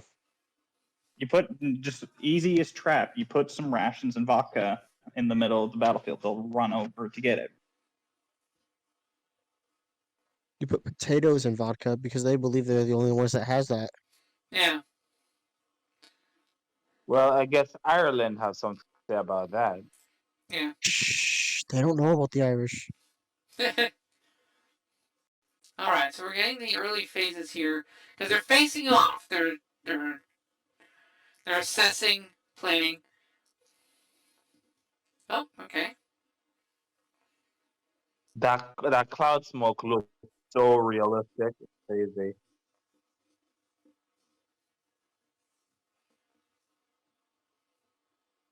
Okay. Gotta make So sure you know when the battle started. Yeah, 35 past 11. Now, notice, Napoleon was like, we're going to do it at 9. The other guy was like, can we start around noon instead? So he did listen to reason there. He did, Napoleon did say, alright. He gave him the time to let the ground shore up.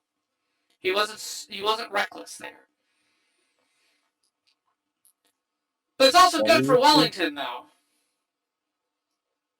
It was a double-edged sword. You could give time to hopefully improve the terrain, but you're also giving the enemy time to set up better. Yeah. So But another notice cool also- fact about. Sorry. Oh no, you go Another ahead. cool. Go ahead. I'm sorry.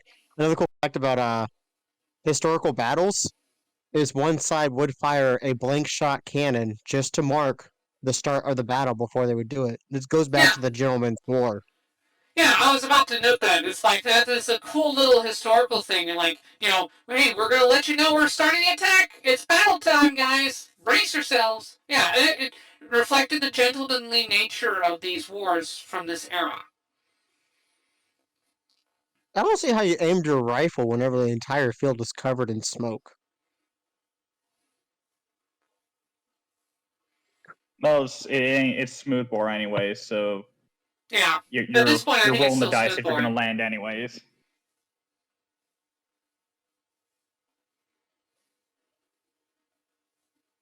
Because rifling had not been invented yet. Yep, not yet. Sure it was. Alright. It was a sport on the head. Alright, so they're going in on the right. So now we know that this is a diversion. He wants to see.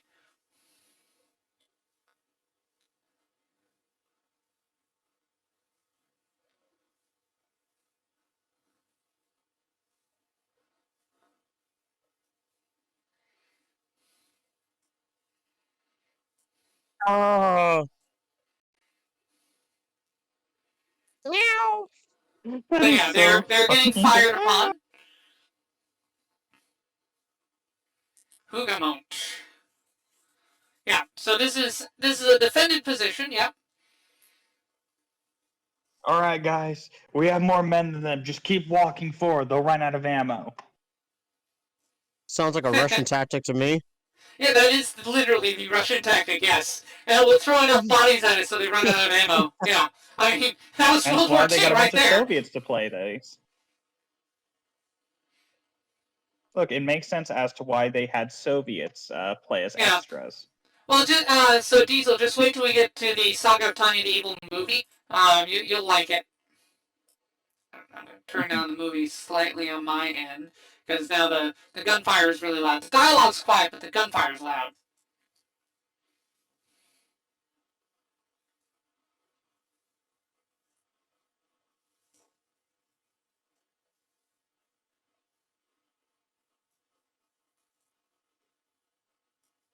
Yeah.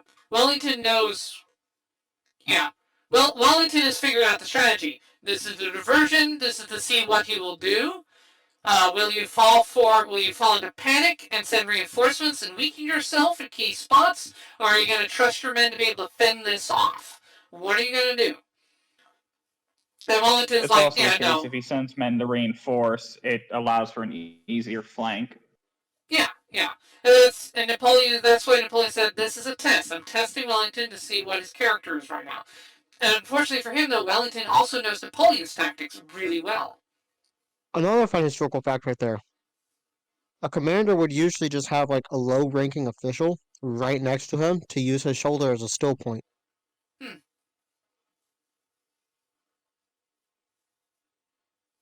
Yep. Now Napoleon's like, dang, alright, this isn't going to be easy. Somebody get the mobile toilet ready. I got a massive shit on the way.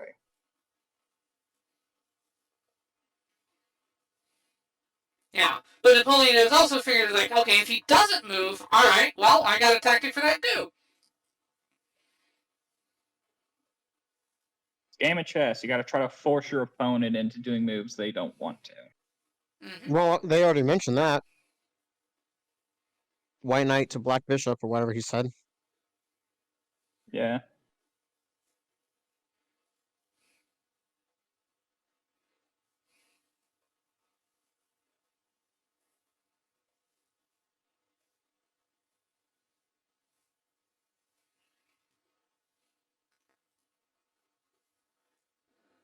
Yeah. Because the other thing, too, Napoleon is also... building, though. Yeah, the other thing, too, Napoleon is testing. Napoleon knows that Wellington's forces here are slapdash. And he has like 5 or 6 different nationalities with 5 or 6 different military traditions all under one guy. So there's chaos in the ranks, essentially, on his end that is not present on Napoleon's end. So he's trying to find fractures, weak points. Another he's, fun he's fact. hoping to apply enough pressure to cause breaking. Yeah. Another fun fact. Did you know that Napoleon's military invented the first sign language? I didn't know that one, actually. But I wouldn't be surprised. Napoleon was a genius at war.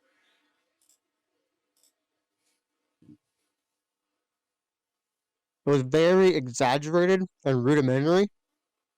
It's not as specific as modern sign languages are. And it's the reason why American Sign Language actually copies French Sign Language. Because the French one was the first one, and it wasn't even for the deaf. It was for cannonmen, because it's hard to hear what your commander's saying when you got a cannon firing next to your ear. Yeah, makes sense. Rosary. Oh, get your Catholic guy right here praying for you. Yeah. You got the prayer beads. Yeah, I remember what Wellington was saying about this regiment earlier. Like, this is the group that gives the most problems. This is the group that where it's like, oh boy, these are the bunch that are the rascals, essentially. Where's the pig at?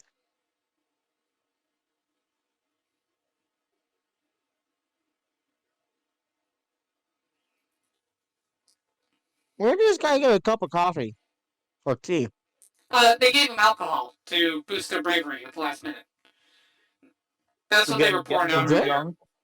Yeah, they gave us like, here's a measure of alcohol for y'all. Good luck. Because Wellington's expecting this group to die. Like, these guys, he's like, yeah, no, these are irregulars, these are conscripts. These guys are gonna die, is Wellington's estimation. He's not expecting anything good from them. You're telling me the British could afford to give all these guys alcohol, but they couldn't feed them? Well, yeah, alcohol doesn't go bad. It's very easy to transport alcohol. Food spoils. Alcohol does not. Also, They didn't invent the preservatives by then. Forget that you're hungry. Well, yeah, they had some preservatives, but no, the tech for... Are those edibles?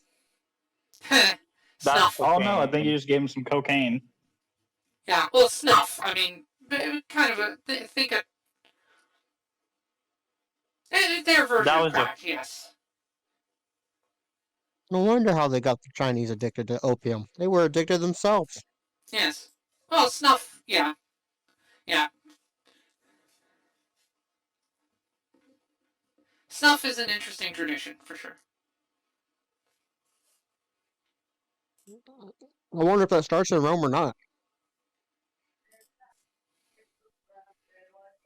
Something strikes me Rome would see that as cowardice. That you can't do it yourself without help of a thing. I don't know. Probably. Again, I think it reflects the different nature of the militaries here, yeah. Yeah, one's willing to lay down their lives, and the other, they need secondary help. Yeah, well, I mean, for the French army here, they're fighting for their existence. They are fighting to establish themselves as a territory with self-rule that isn't being butchered by foreign powers. For the other soldiers here, like Wellington's forces, they're essentially just like doing this to reinforce the regime, the current regime. There's a lot less of a cause there.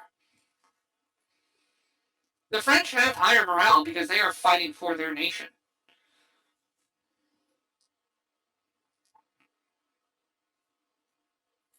This is one reason why, still to this day, every country gets very, very worried about invading America.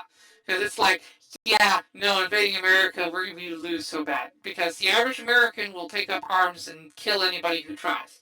And there's just no way to mount a military force to invade that's going to be more motivated than an American is to defend the country. World War II is the primest example. Yes. Also Hitler to his dying day.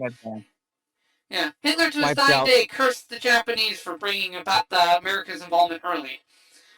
Wiped out 2 empires that destroyed the world in less than a year. just through sheer bloody-minded industrialization.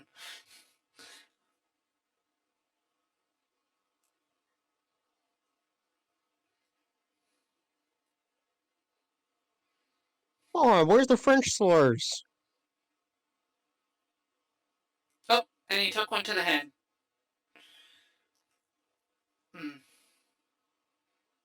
Yeah, and this guy, he led his troops very.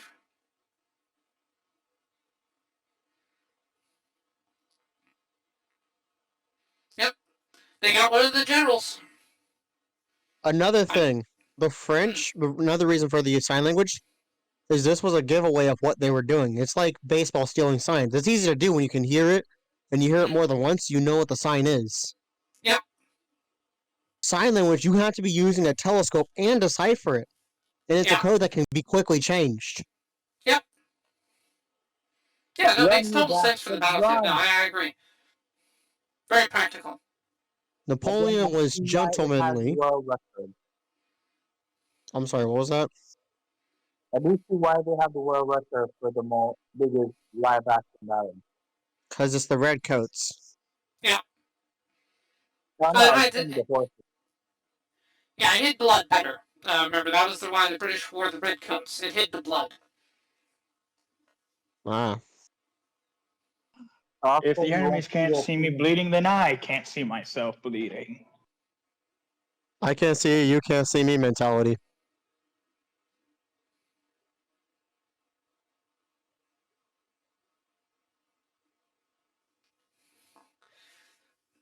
All the right. bane of every house horseback rider. A price seller. Now, I mean, They're look at sending this in scene cavalry. here. They got spears for anti-cavalry. Yeah. Now, look at this scene here with the gray horses riding in, and tell me that doesn't remind you of the Riders of Rohan scene from Lord of the Rings. Man, that Like, was a red horse. the way they're shooting the horse charge into this, beautiful. This is gorgeous. This is absolutely gorgeous direction here and setup. RP This that is- horse. The brave. Yeah. It I mean, this reminds me of the National Geographic documentaries of like the Midwest with the herds of the wild stallions. Yeah, yeah. Now, if only they had drones back then. Imagine the shots they could have done with this huge group and the drone footage capabilities that we have these days. Man. Of course, no one would actually do it, unfortunately, because no one wants to spend that kind of money, sadly. Because no one wants to put in that much effort. They just want CG garbage. But, God, imagine the shots they could have had with modern footage. Still, this is great. This is amazing shooting. And the right fact here. they did this probably on horseback. Yeah. They filmed this probably on horseback. Yeah. I mean, you can tell by the shaking up and down of the camera. This was not on a vehicle. No. I mean, they were using. I mean, this is shaky cam done correctly. It's not shaky for the sake of like, oh, look how crazy and wacky things are. This is shaky as in like, you are on a horse riding with these men. This is what it looked like to them as they charged in. Like, it's good for immersion. Yeah. It's not the person holding the camera suddenly coming down with Parkinson's. Yeah, exactly. Like, it's not like the Michael Bay thing. I hate shaky cam as a rule, but this is the good kind. This is the actual immersive. Whose horses are those? The power of the cameraman, the strongest creature in all of them.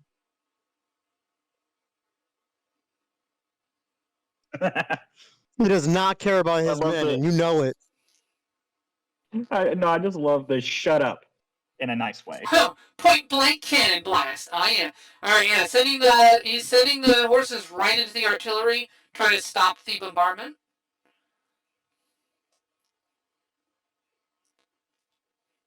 I mean, that's what cavalry does best. Counters artillery. But now the lancers are coming in. So it's their really good cavalry versus the French really good lancers. Which the lancers should win due to the fact they're anti-cavalry with the spears. Yeah, I mean, they've got better reach than those guys do with the sword. Which is causing the enemy cavalry to begin routing away. Yep. Yeah, and they Then actually the did. They snuck up on them. Yeah, the lancers completely outmaneuvered them. They let the cavalry come charging in, and they were like, we're going to just sweep in from the side and pick you apart. And what's Problem great, is, You know, the and this is only great. problem with the Oh, sure. filming Yeah, is it's not hilly enough. And I know they did Yeah. a wonderful job doing this, but yeah. to actually understand what happened, they could not see Napoleon's full military. Napoleon could see the English full military because Napoleon's was hidden in the forest and behind hills and stuff. No, I think you're And this flipping is it. where the Wellington's was hidden. terrain was the No. downfall. No, Wellington's was hidden. It was Napoleon's that were exposed. Oh, somebody Yeah. was hidden. Yeah.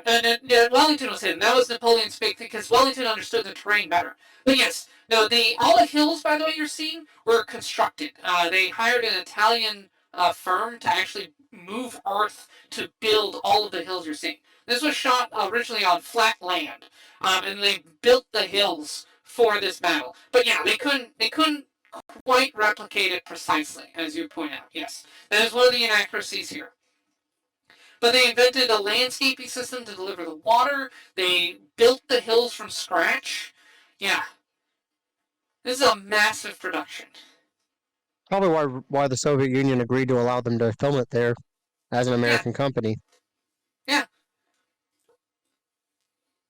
That was lots of money for them. Yeah.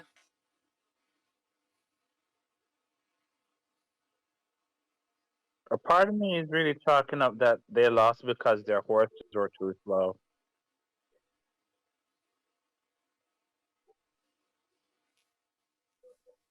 Well, no, they didn't lose because the horses were too slow. Like, Napoleon won that engagement with proper prediction and countermeasurements. He predicted they would send cavalry at their artillery, so he had anti-cavalry at the ready.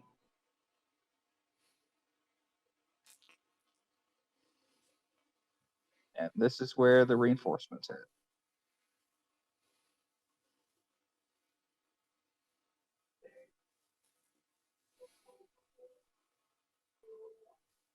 And that's the heavy artillery.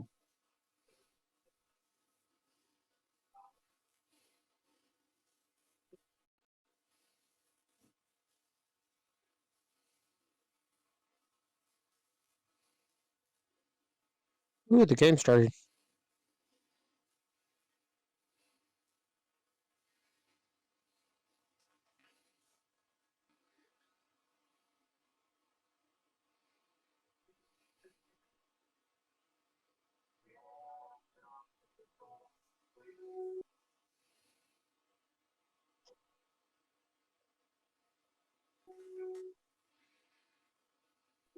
Yeah. Yeah, and I like how Napoleon's discussing it. It's like, this is, alright. He's standing still.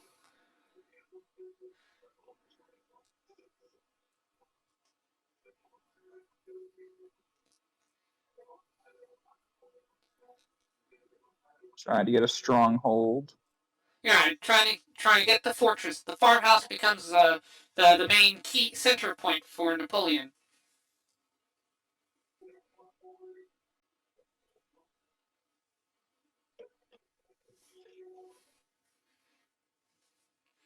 Yeah, but the main reason those troops in the distance, that's his guys, uh, coming to essentially split off. They defied Napoleon's order to pursue Blucher, which is whoops.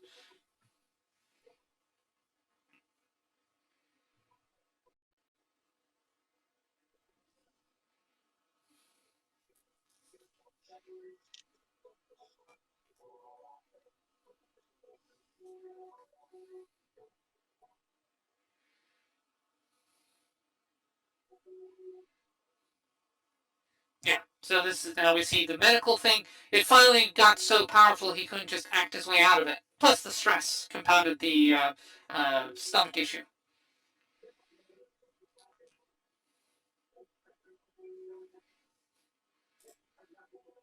You know, the role of mortality.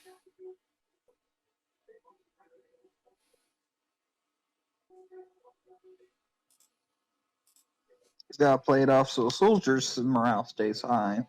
Right. You know, I can't think that, oh no, Napoleon is dying. Oh no, our cause is lost. Yeah, no. Can't cause a panic. Yeah, he's off the field anyway.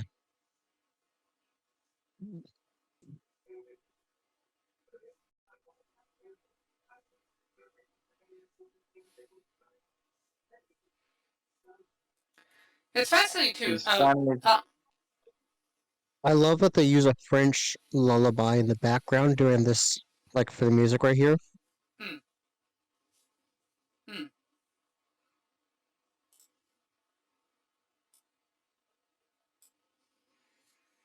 Yeah, I also like when he's lying like that. Rod Steiger looks a lot like Burt Lancaster, which is kind of cool.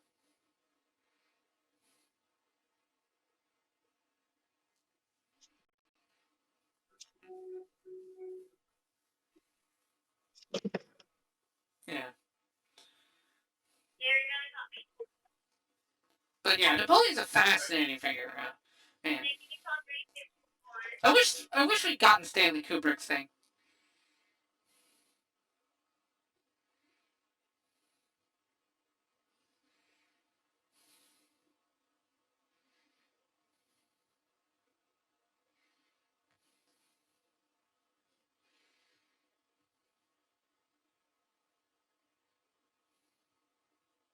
Yeah, and of course Blank Wellington's tires. puzzled because he doesn't know that Napoleon is now out. That he's had to transfer command to somebody else.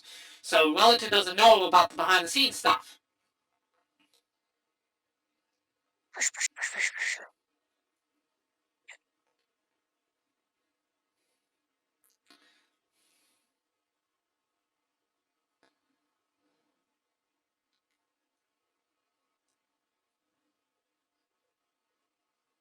Also, I'm surprised Napoleon didn't consider having some of his generals give him battle plans. Because the other dude knows how Napoleon thinks, so it'd be best if he got some more outside influence into those to throw him off. What is that flag? Retreat. They can do that?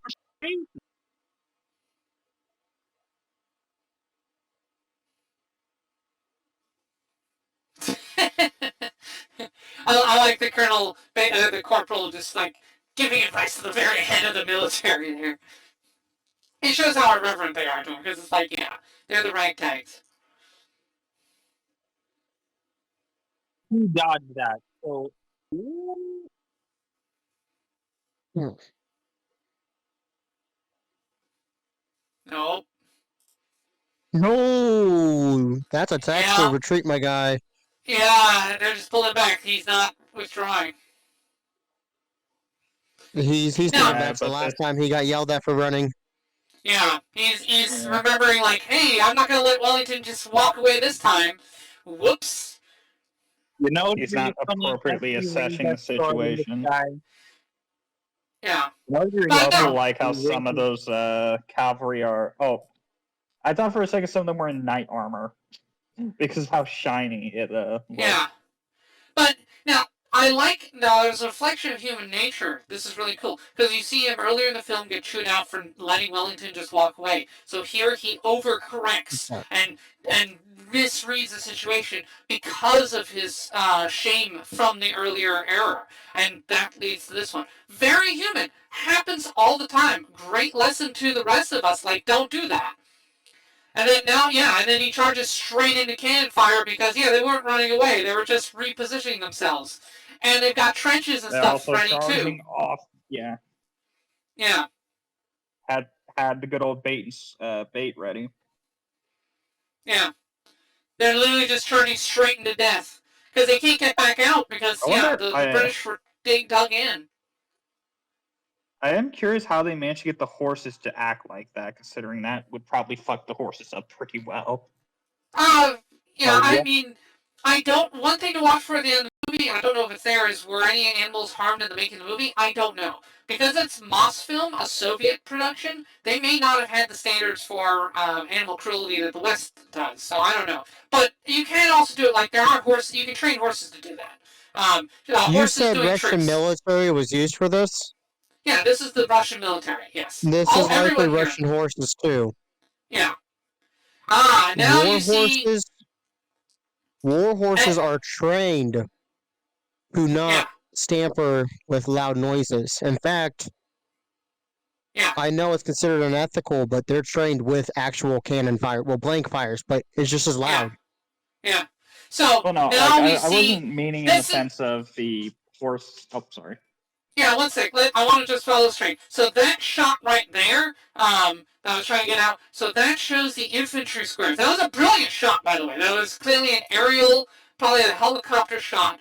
But this is what gave because they didn't see this coming.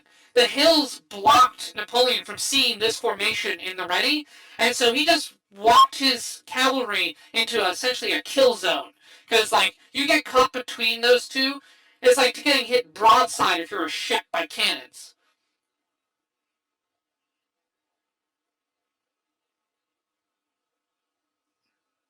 Yep. I was And gonna Napoleon's say like, I what the wonder, hell? you know. I was gonna say Yeah. I get that the horses are trained not to get startled and stuff. I was meaning for like the way they're having the horses like play dead and stuff, and how some of them are falling right onto their front hooves and stuff. Yeah, that's Not what I mean. hooves, but like their front legs. Oh yeah, that's how I took it. Like I thought you were talking about the horse stunt work. Yeah. So yeah, no, that was really good. Like the way the horses fall on command and stuff, like right there, that's really well done. You can do it though. You can train the horse to do that. So you might have a mix of Fair enough. Hollywood That's a stunt lot of horses. horses to train. Yeah. Well, you may also be seeing like a few hundred of the same horse used over and over again in different shots. To be fair, but they probably got Hollywood trained horses mixed in with the military horses. But yeah, and Ari's point about how the horses are able to ignore the and the dude's dead. He's dead. Yeah, you called it with the death flag earlier. Yep. So the French may be getting slaughtered, but they're taking some of them with them. Yeah. Well, I guess the girl's not getting a hat, and the mother's not getting a hat with blood. Oh no, they killed the bagpiper! Yes, Get the sucker! He killed the bagpiper! He was just an artist. I'll get the drummers. No, they're the only one with actual rhythm. Save the pig. Rip that work. What is this Man, motherfucker doing? But the infantry square formation you're seeing there was extremely devastating. This move basically just wiped out Napoleon's cavalry, almost.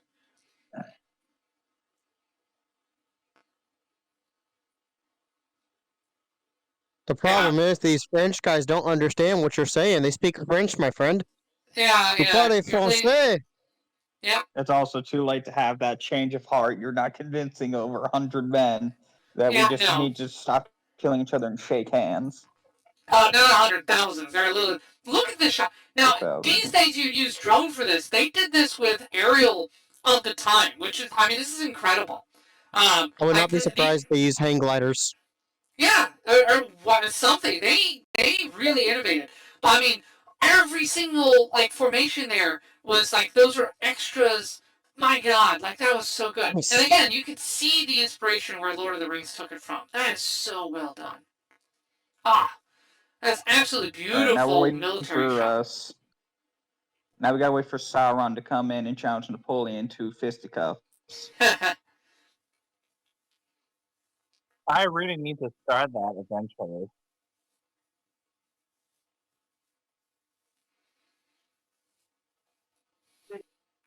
But yeah, the one commander, Ney there, he got too hot-headed, charged him with the horses, no infantry backup. If he had gone in with infantry support, he may...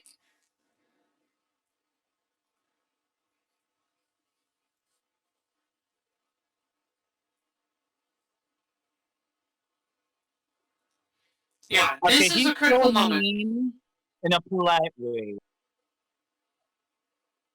Oh, he's gone. Yep. No, he'll make it. He'll make it. Look at him. Maybe. He's all good. Nope. There you go. No. Never mind. He fought. Just hold on there. Oh, my wife, I love her. Oof.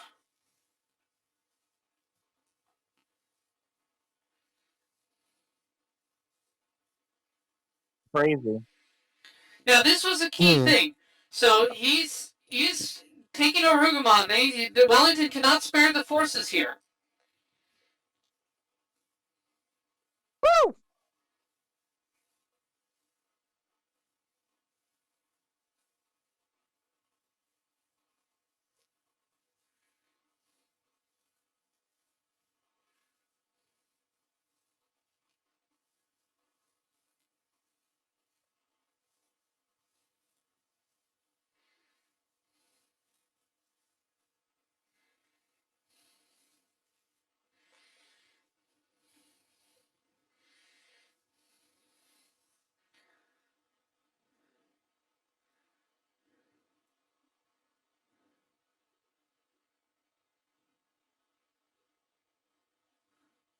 Yeah. So that was a key turning point. Napoleon was winning at this point. Despite that screw up from Ney.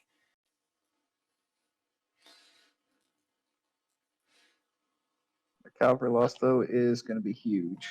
Yeah.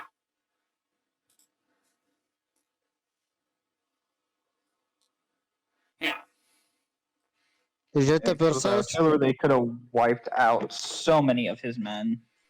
Oh, that was a major play. Thank you, CJ Shroud. I'm sorry. I'm got my split attention now.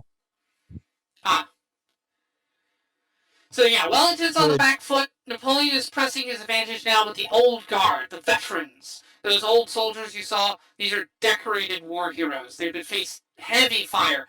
At no point in history have they broken on the attack. Every time they go in, they win. And Napoleon was about to march into the field with them side by side, and they're like, "No, don't do that. No, you can't go be at the very front. Sorry, we kind of need you alive, Napoleon." But yeah, those medals you see are not just Napoleon for could have show. aimed a cannonball to the chest. Yeah, they did not want Napoleon to get a cannonball to the chest, exactly. But yeah, he guarded the right because he needed that farmhouse.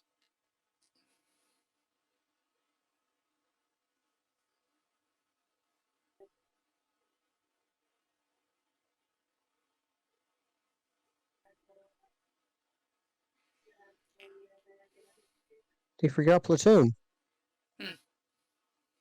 I don't know if they had platoons Nah, back then. fuck the platoons. Well, yeah, that's more of a French word anyway. Platoons and lieutenants. Yeah, they're running out of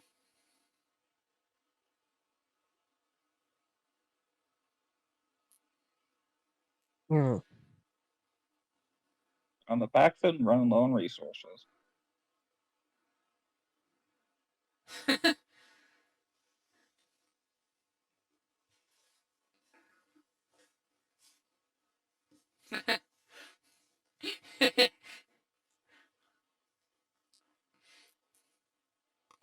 That's because you were never a peasant. Yeah, exactly. Napoleon on the other hand. does know agriculture. Yeah, well, he His studied father it. was a sharecropper. Yep.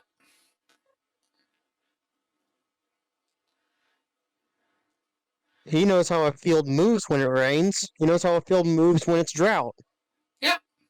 No, he did not, however, again, he didn't know about the hills and all that, the hidden forces and all that. That was a big disadvantage he had. But he managed to break part of Wellington's line, and now he was sending his main force right into that break to pummel him as hard as he could. And Wellington did not have the manpower at this point. So despite the cavalry losses, they did manage to wear down Wellington's forces enough.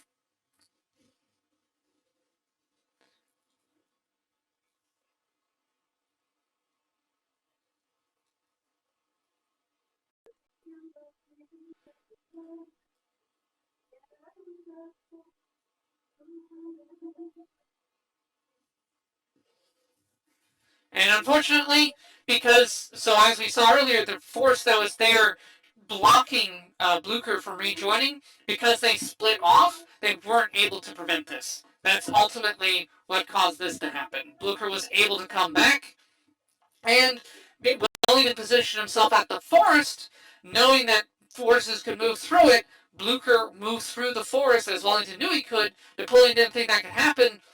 So Blucher basically just materializes out of nowhere. It's like, oh shit! I didn't see that coming. I thought that forest was a wall. No, it was a sieve. Ah, crap. It was a secret passage to victory. Oh no. But Wellington knew This that. is like fighting the Skaven. They're able to come out of anywhere. Yeah. Wellington knew that. That's why he positioned himself there. That was the setup all along. It's just he needed Blucher to come through on it, and he didn't know if he would or not. And Blucher did.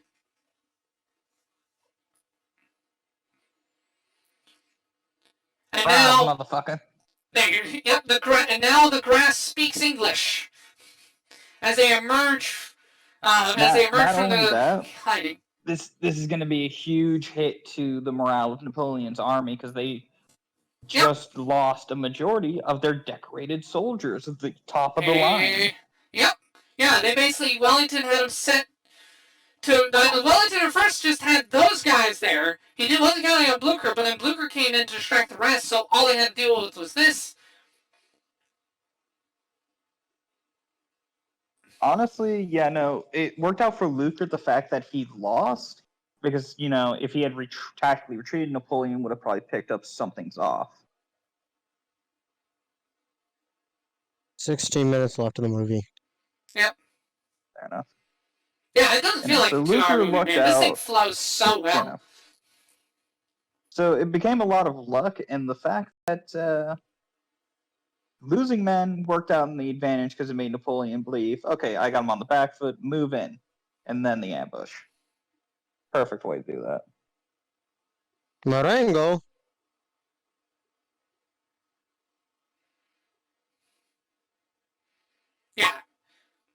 Yeah, basically, if you notice their formation here, if we ever get around to watching the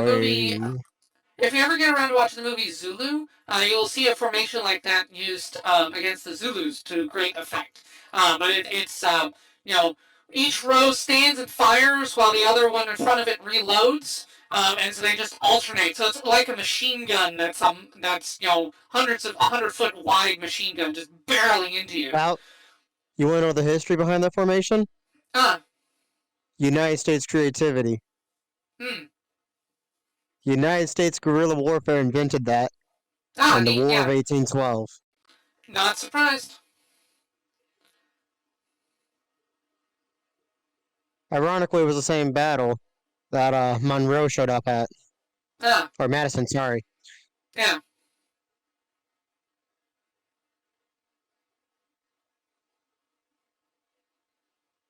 Yeah. But so basically those hills, the hill British there that Napoleon didn't see because of the landscape, were able to hold off the old guard long enough that Blucher could then come to their aid. So if Blucher hadn't shown up, the old guard would have eventually pushed through. If Blucher had not shown up, the old guard broke. First time in history that had happened. Napoleon's most decorated squad routed.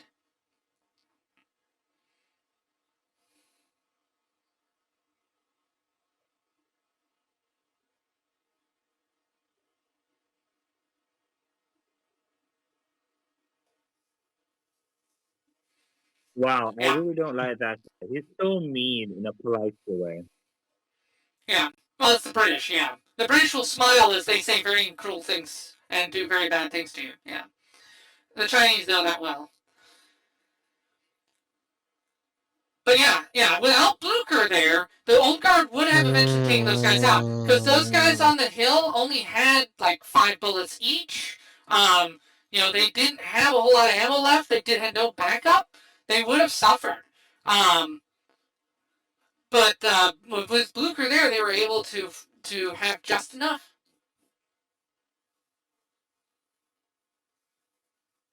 How are you still standing if you lost your leg? He's on a horse. Oh. His leg got blown off while he was on a horse, apparently. Jeez. Oh, was he? He said, my God, Yeah. I've lost my leg. The adrenaline's a fun thing. Stop. Yeah. So, yeah, I mean, this movie is great. It shows you the casualties on both sides. It shows you how men suffered. I mean, it's not like full Saving Private Ryan, but it is definitely showing you the horrors of war.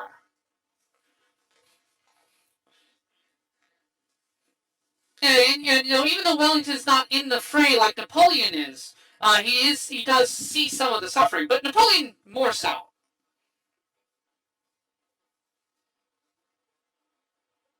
And because Napoleon's more invested with his men, it's definitely causing more wants to be issues on the front stressing line. him out. Yeah, he doesn't want to lose. Yeah. He's fighting for his country. He's fighting for the future of France itself. He knows that if he loses here, France will be picked apart like a Thanksgiving turkey. Which it was.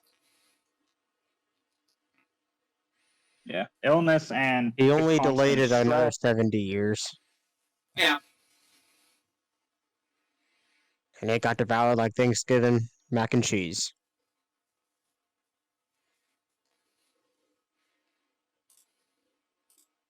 Ooh. Now, fun. yeah, a lot of the quotes are probably sourced from historical material, most likely. White flag. I hope to God I fought my last battle. I missed my caviar, lobster, and wine. So But here why you are you have. drawing your swords if you're surrendering? I think it's for ceremonial purposes than for combat. Well, Honest hold on. opinion. You'll see.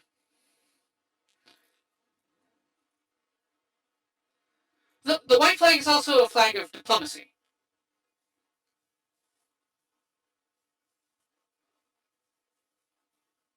Now this is the old guard Wow. here. These are the remnants of the old guard. We No. saw these men earlier. They accompanied Napoleon to Elba. Ooh, French.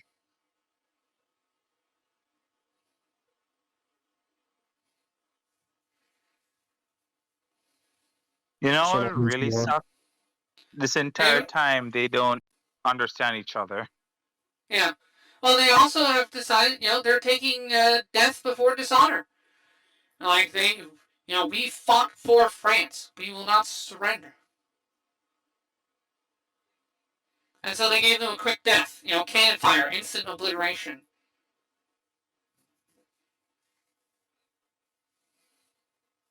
There's this respect there. Look at that poor horse. Mm-hmm. Oh, it's just sleeping. I feel that horse. Just lay my head down. Yeah. It's like Yeah. 5 more minutes, please. Yes. Oh. I mean, the real Sorry, guys, actors you were killed those. him. They're moving for the teabag. Yes, the British doing a teabag would be very historically apt. Yes, tea and all. Yes. Dude, blood running. Yep. And then your 07. local necromancer be like, "Ooh, fresh servant." Yes.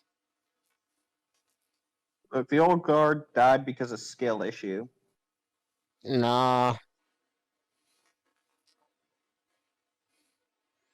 Yeah. Like, I don't see why they didn't take their bayonets and try to parry the cannonballs. Well, sadly, They're not- this is not Kratos. They should have had Kirito. They should have had Kirito. Yeah, there you go. I hope you're enjoying Or the Poe. pecans, Nabda. Hope you're enjoying the pecans. You should let me know how those little mini gummies are. By the way, I don't know. I don't know if Bucky's mini gummies are any good or not. Bucky's? Yeah. Which ones? Nabda has mini gummies from Bucky's. Butterfly, the mini butterfly gummies. Oh, yeah, those are good. Okay. I don't think Nabda's opened it yet, so. But she has pecans though from them. Enjoy the Those are pecans.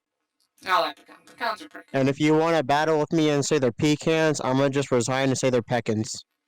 No. Nabda does not call them pecans or pecans. Thank God. You said pecan? Mm-mm. Yeah, I just said Nabda does not call them pecans. Yes, I just said that. Oh, okay. They're called Good. pecans. How did the Yeah, Texans have yeah, possession again? What just happened? Scavengers. So some townspeople will go in to try like harvest metals or precious things or belongings from the fallen troops. That historical fact, yeah, that happened. The site of large battles, you would have scavengers go in to steal stuff. Same thing with the And Civil War. The United yeah, States. yeah, and Wellington's here scaring him off. Because looters and grave robbers. I mean, they're worse than scum. I mean, you should shoot them. Yeah, I like vultures. You would shoot the vultures too if you could. Honestly, It's such a it just goes to waste. show. Go ahead. Think of how many Wendigos all those bodies could feed.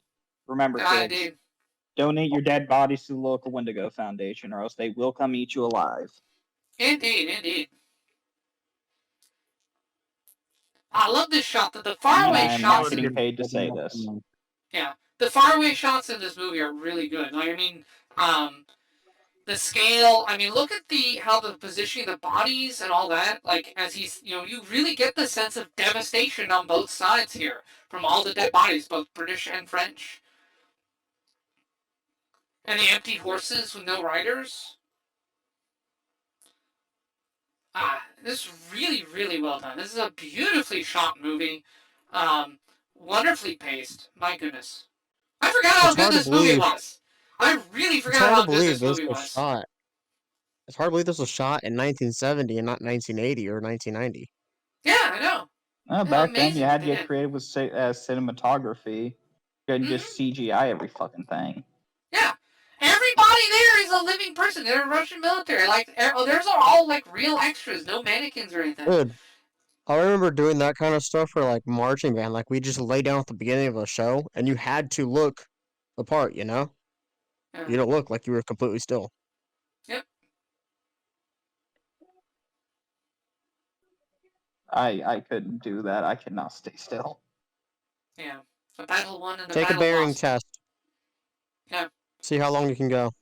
Well, I like that. I like that little meditation on his part. It's like, yeah, we won the battle, but our dead look the same as the dead who lost. Yeah, because that's just the nature of war.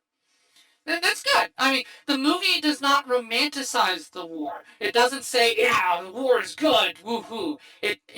Both sides, Wellington and Napoleon, are both reluctant to engage in it. They don't want the war, but they are thrust into it. Napoleon has to engage in war to secure his country. Wellington has to engage in war because he's commanded to. The honor of his country. It's the opposite. Yes, they engage in it because they must, because circumstances dictate it, and they are both masters of the craft. But both of them, because they are masters, understand the horror that unfolds because of it. Dude, my split attention is killing me right now because, oh man, they're playing real smart in this game. Trying to avoid injuries. Well, don't dictate it out loud. Twitch might strike me. Remember, NFL's picky on this. Well, good luck to the Texans, though. I know the NFL copyright rules. I can say the names, I can say the plays, I cannot quote the broadcast. Right. No worries. Oh, good luck to the Texans. It's fine. Hey, hopefully this is not their Waterloo, right? Hopefully this is the Battle of Versailles. Yeah. Part 4, clawing our way through. I need to turn it up a bit since it's dialogue. I don't know why dialogue's always quiet and action is always loud. I really hate the dynamic. Because they used real cannons in this movie, probably. Well, but I wouldn't be surprised. Well, it's a sound mixing issue. Like, right now, the dialogue should be just as loud as the gunfire was. I mean, I shouldn't have to turn things up and down.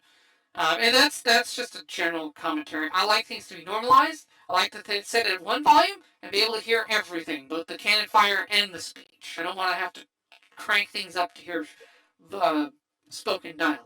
I like spoken dialogue. But yeah. It's just my... Man, this man looks like he needs some sleep. Oh, man. Yeah, well, I mean... I may have to mute in a bit, because otherwise I will blow your ears out in celebration. Okay. That is fine. Cool. If you have to mute, you have to mute. I will be asking you later on comparing this to the Napoleon movie, just so you know. Yeah, that is a very important thing I need you to do. But we'll get to that here. We're almost done. I will compare, the first 2 scenes, because that's all I remember. No worries. The movie's almost done. We only got, a minute or two left here. But yeah, that is the main, because Napoleon also understands what his loss here means. This was There you go. So that was his first big thing coming back, and nope. That pretty much just ended Napoleon's odds of making a big, successful comeback. I can pretty much give you my thoughts on the difference so far based on what I remember. Alright, yeah, Sound go mixing right was ahead. better. Sound mixing was better for Napoleon. Okay, But that's sure. that's all I pretty much know. Alright, here, let me pause on my end, since it's pretty much over. There's no post-credit scene, of course, because this is before that was a thing. The, let's see, well, so between the two, between Rod Steiger and Joaquin Phoenix, which Napoleon do you think did a better job? This one did a much better job for accurate to time music. Napoleon was better to audience music, if you get No, no, what no, I'm I mean, saying. no, I meant, actor. Wait, what, Oh, music? oh, So I'm like, so sorry. this is, so Rod Steiger as Napoleon and Joaquin Phoenix as Napoleon. Who did it better? Which actor is better at being Napoleon, in your opinion? I fell asleep in the movie and walked out early. I cannot give an accurate detail on that one yet. Well, I mean, you saw Joaquin Phoenix playing Napoleon, though, so like, did you fall asleep I during this saw movie? I saw him in the uniform. Oh, that's it? That Wow, was okay. I mean, there wasn't I didn't get enough to give a full answer. I'm not one to Dang. judge a movie before I see its ending, you know? Alright, darn. I Alright, so you're saying, so the it's easier music for in me this to one's better? watch. Hmm, It's easier for me to watch when I'm with somebody else. I went to go see it on my own, and if it is not really captivating, I'm just going to leave. I paid money to spend time there. I'm paying for the time. That's really what I'm hmm, paying for. right. If I feel like Okay. I'm wasting my time, I'm gonna leave the movie. It's just how I am. Right. So let's see. All right. Well, I'm trying to get. So the point of involving you on this was to get a comparison between this movie and the modern Napoleon before we get around to it.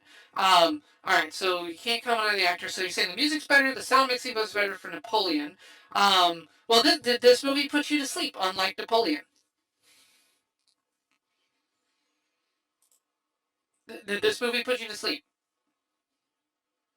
Yes and no. If they did better with the sound mixing, it would have been more captivating. Okay. But the movie was very well paced. It was very seamed. It wasn't choppy. It was very well paced. You could see the very good contrast without it being cut and paste. It was well planned out, well thought out. They could have done a little bit better in post editing. Okay. Let's see. I'll just do this scene. I don't know. I'm just jumping around trying to find stills to focus on. Here's Christopher Plummer. There we go. Okay. Let's see. What did you think? Okay. So now I'll open this one up to everybody. Okay, so we'll start with you, Diesel. Well, actually, no. Let's finish off with Aurora. So overall, did you enjoy the movie, Aurora? I did enjoy this movie a lot. Yay. Um, I feel a little bit too much was on the battle and not enough to the lead up. There could have been a little bit more explanation about to why the battle was. You definitely needed prerequisite knowledge to watching the movie to understand the full impact of what was happening. That's why I feel more modern movies like Oppenheimer did a good job. Rather than just doing the building of the bomb, they showed his life in college. They showed his life with the Communist Party and all that stuff. Mm, It showed the build up as to what the impact of doing all this was. It even showed after the fact on how it affected him. mm, Um, this movie was snapshot. You needed to know what happened before, you needed to know how it affected him to get the full understanding and appreciation of the event. With that said, the production of the movie, especially given the time it was done, was well executed. Beautiful movie. Hats off to the production, to the special effects, to the directors, to all of the people that were involved in the movie. Hats off to the wait, which regiment was it? Now I have to search this just to give proper shout out. Um, which for the, you mean on which the Soviet military? regiment? Um, of Milestone the contributed 4,000,000, Soviet. 17,000 full brigade of Soviet cavalry, a host of engineers and laborers. Um, the Italians provided 8,000,000 pounds. Let's see. Yeah, the Shout out Soviet. to the 5th East Regiment of the Soviet Red Army Yeah, for doing that movie with the Americans. I know it was probably the last thing the Soviet military did before it was dissolved, but yeah, shout out to that. That yeah, was amazing seeing the actual military marching without having to train people. Because I remember being in a movie myself, which I'm not going to tell you because it won't yeah. fly NDA. well on Twitch because it's very political and very religious. Yeah. Anyway, No, um, here's but I okay. remember going for a movie, having prerequisite knowledge on how to march helped me, but the rest of the people in the room did a horrible job. So shout out to the militaries for helping out. This movie was amazing on those scenes. That's Oh, that's that's my nice. thoughts on the movie. Okay. Yeah. To further enhance on the historical notes there, I'll Sage Diesel. I'll get to your opinions. Just wanted to make a note. So on the battlefield thing we were talking about during the movie, they bulldozed 2 hills. They laid 5 miles of roads. They transplanted 5,000 trees. All the fields you see of like the rye, the barley, and the wildflowers were planted, and they built all of those buildings were built from scratch for this. Yeah. They had 6 miles of underground irrigation piping just to try to create the proper mud. Okay, and so the filming. All right, there we go. So we were talking about the filming. They used 5 Panavision cameras. Now, Panavision has a wider aspect ratio than our current movies, so it doesn't have the 16:9. It's even wider than that. So even if you put this movie onto a typical widescreen TV, you're still going to get black bars because it's not wide enough. Panavision is a very wide screen.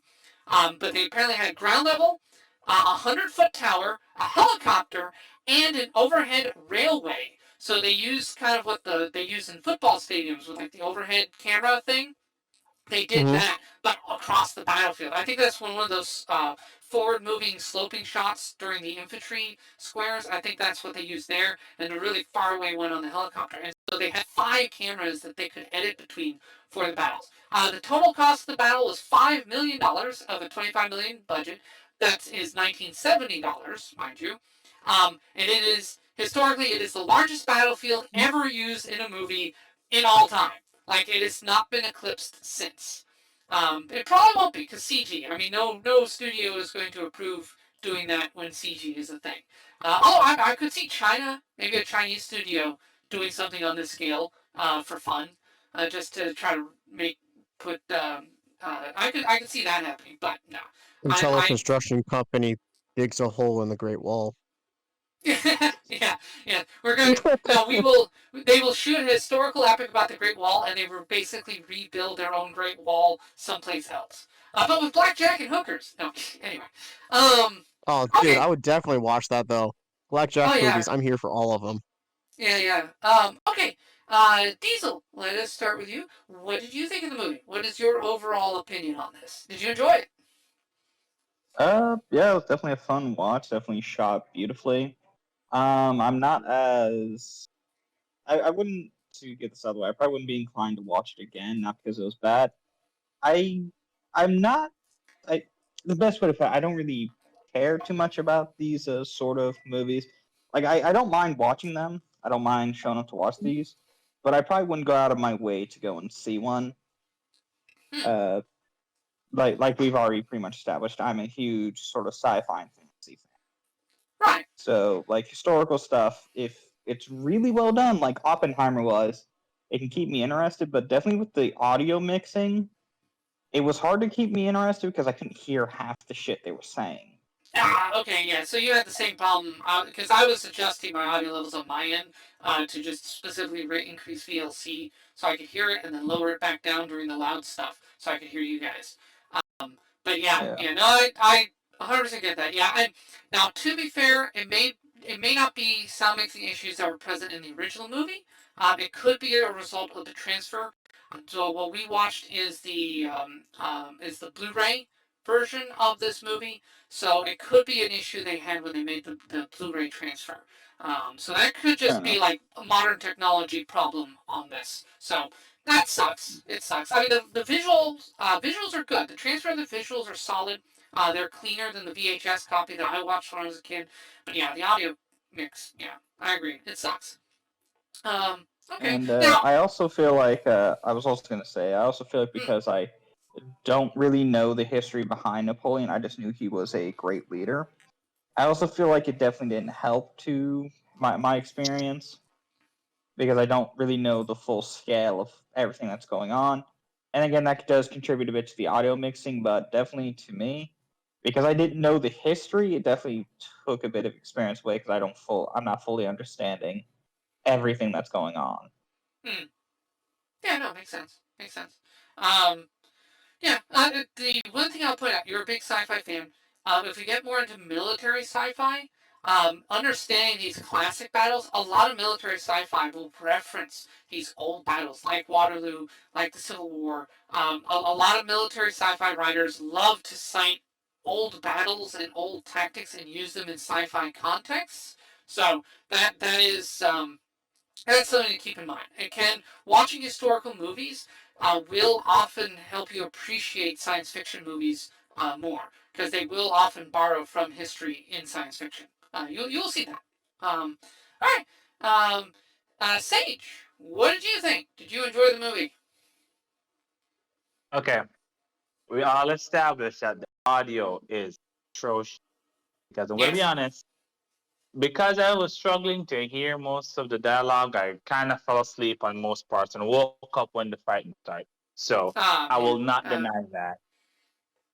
Okay. Right? Well, I mean, no, that is a fair criticism of the film. Like bad sound mixing. Yeah, that is a technical glitch, and man, that really sucks that the audio was that badly mixed. However, I will give the movie credit for historical, as much historical accuracy as it got. And I have some prior background on Napoleon as far as his war escapades goes than his political escapades. So it's like, yeah, this is something he would do, yeah. But I had to give my highest approval on the choreography for the war. Like for that level at that time frame, especially getting a whole army to actually pull this off and getting who aren't an army to do it. MVPs the horses. They really know how to take a hit. Hmm. It was gonna be a joke, but the more I see the more the horses in the role is like, yeah, I am injured. It's sad. We're being bombarded with cannon fodder. Some Yeah. of us are dead. Like, if I were to give a award to animals, some of these horses deserve an Oscar. On God. Yeah. No, the animal performances are very solid on this. I agree. Yeah. We all noticed like, man, yeah, those horses like dropping on a dime on command and giving beautiful shots. The fight choreography. I had to go into this because again there are 17,000 extras on this doing this combat. Okay, all of that had to be coordinated. All of that had to be planned, practiced in advance. Every single person had to do their part and try to not have an error or gaffe that to lead to historical inaccuracy. That's an incredible amount of work. And I think we can all kind of imagine a little bit. I mean, because we see conventions, with 20,000 people in there, and it's extremely hard to coordinate that. So, yeah, the fact you had those horses nailing those shots again and again and again, that was really cool. That was really, really cool. So, yeah, I agree. However, another key highlight for me for the movie is I want to call it the revolution rally of pushing out one leader and bringing back the one they beloved. It's like, yeah, I get that. Like, France, you known to switch out leaders in a special way. It's like out with the old, into the new, even though he's kind of the reason you're in this mess in the first place. But, you know, Brand public perception and political marketing can go a long way. And give props to Bonaparte. He knew that and he took advantage. And had he won, he would have got France without a question. History says otherwise. Overall, the movie was good. Had some weak points, but overall, it was a good thing to watch. Like looking at historically, especially for the worst. But everything between that, the dialogue was hard to hear, and with the Ken explosions, there's like anyone who's not yelling, I wouldn't hear. Okay. But No, that's fair. it was a fun movie. You know, I get it why people would look back on this based on history tactics. Oh, we can use this as a reference on how to make an attack based on this number of people and take advantage of our opponents and terrain. Because I like how you mentioned that how they basically terraform part of Ukraine. Yeah. I wonder how to this field looks like today. Actually, now that you mention it, yeah, they terraform it. I mean, did they unterraform it when they left, or did they just leave it like this? Yeah, that's something I didn't think about. Like they terraform the place till they turn it back, because Yeah. humans and terraforming is like a story old as time. Yeah. So, yeah, it's wild to think about. But yeah, All right, overall, guys. the movie was fun to watch. Would I watch it again? Yes, just for the explosion and the Okay. horses. Well, that's fair. Okay, so Diesel would not watch it again. You would. This is my second time watching it, so I have watched it again. Actually, yeah, Aurora, would you watch the movie again? I forgot to ask. If I needed to reference it, probably. But Okay. for leisure, no. Okay, not for leisure, but for like as a reference and stuff. Yeah, as on a technical level, the shots and the fight coordination definitely warrants watching again. Yeah. Okay. So guys, I just thought of something. Sage's line made me realize. Okay, so here's what we're gonna do to end the war in Ukraine. We'll get Zelensky and Putin to put their best troops onto the battlefield in this specific spot. So we'll find where the Waterloo set was, and we'll have them put their troops there, and then that will be the final battle. Like they agreed, whoever wins that fight on that field, that ends the war. Boom, there you go. That will be, whoever wins, that will be, or whoever loses, that will be their Waterloo. Waha! Your idea is about 3 years late. Putin lost his best troops in the first week of the war with the Vanguard, Well, the Panzer okay. Division. Well, yeah. But anyway, well, down. whatever he has left. Anyway, you know how it goes. Well, just have. Well, hey, I'm sure Putin still has some bear cavalry in the wings, right? I mean, you just put some Russian soldiers on bears and send them in. I think, right? Anyway, Like you said, the best way to win the Russian military is defeat it. Yeah. And not fight during winter. Don't forget, don't fight Russia during winter. Yeah. Well, Ukraine knows that. also. Yeah, Ukraine also is bad to fight in the winter as well. I mean, they have a period called the Mud, where just nobody does anything because, like, yeah, we know we can't beat each other in this, so we just cease fire because there's no hope. Now, remember, the only country that Russia fears invading in the winter is Finland. We should also all remember that. Shout out to Dan in the server, who is Finnish. Yes, the Snowdrifts speak Finnish. Yes, Dan. Yes, the Hello, jungle. Dan. I see you. Let's Yeah, go. the jungle speak Vietnamese, Snowdrifts speak Finnish, and the wheat fields or blades of grass speak American. Yeah, that's how that goes. Anyway. yes. Since you shouted out Dan, happy belated birthday. Yesterday was his birthday. Oh, neat. Okay, happy birthday, dude. I hope Happy you belated birthday. have many safe travels on your airplane network, a vast airplane empire. Very nice, very nice. All right, now for my thoughts. Let's see. So I like the movie overall. Yeah, I understand the sound issues. I was able to adjust for them, so I was actually here. Performances are great. Christopher Plummer does a wonderful job as Wellington. Rod Steiger, to me, will always be the Napoleon. An interesting choice, Napoleon too. I mean, again, this is a guy who played Al Capone. He's most known for like uh, mobsters or like rough cop types. And have him play Napoleon was a bold choice, and to me, it paid off. He looks like him. He has a commanding presence. Like he has the charisma to make you think like this is a man who rose from the ranks to sheer, not just a mix of charisma, a rugged charisma, but also intelligence and competency. Like he earned it through merit, and the movie reflects that very well. Steiger does an excellent job. Um, I I'm biased against Joaquin Phoenix because I've already heard it said that his performance is not very good. But I will try to set that aside when we get around to Napoleon. I will try to compare the two fairly. But Steiger is an excellent Napoleon here, and really reflects how he really puts himself forward, tries to puts on the brave face, tries to motivate his troops through morale and through rallying them as he does. So I think the performances are good, dialogue is good and solid where you can hear it. Many of the reflections on war itself. The fight scenes incredible. Again, when you see that cavalry charge. Now, apparently, the cavalry charge was not historically accurate. The ground was No. actually so muddy that the great horses couldn't actually like get that kind of speed going against the French. But where they get it from, the visuals that they borrowed from are from a painting.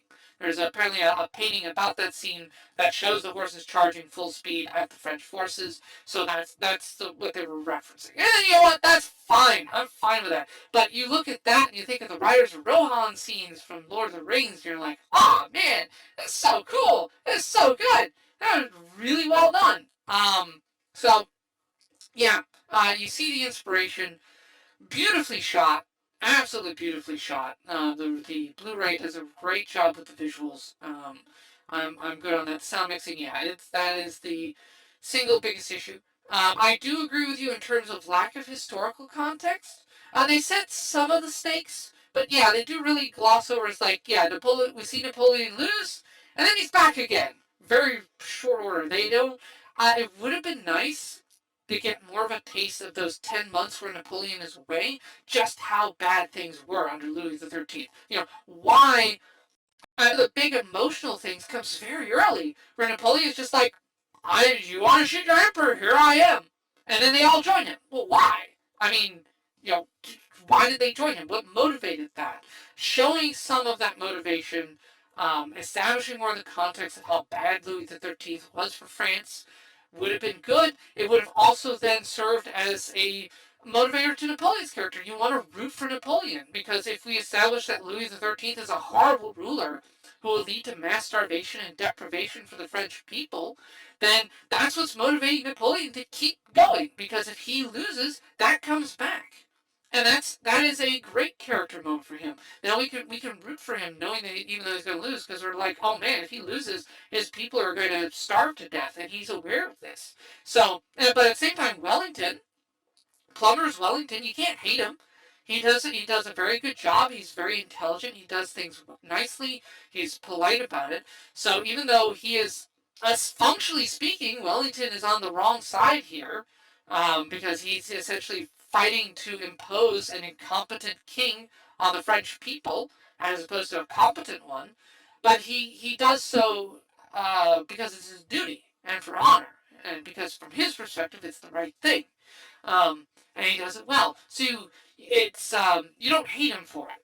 But I think it would have established stakes better. So I agree with Ari's point in terms of the context. I think this is just general excuse.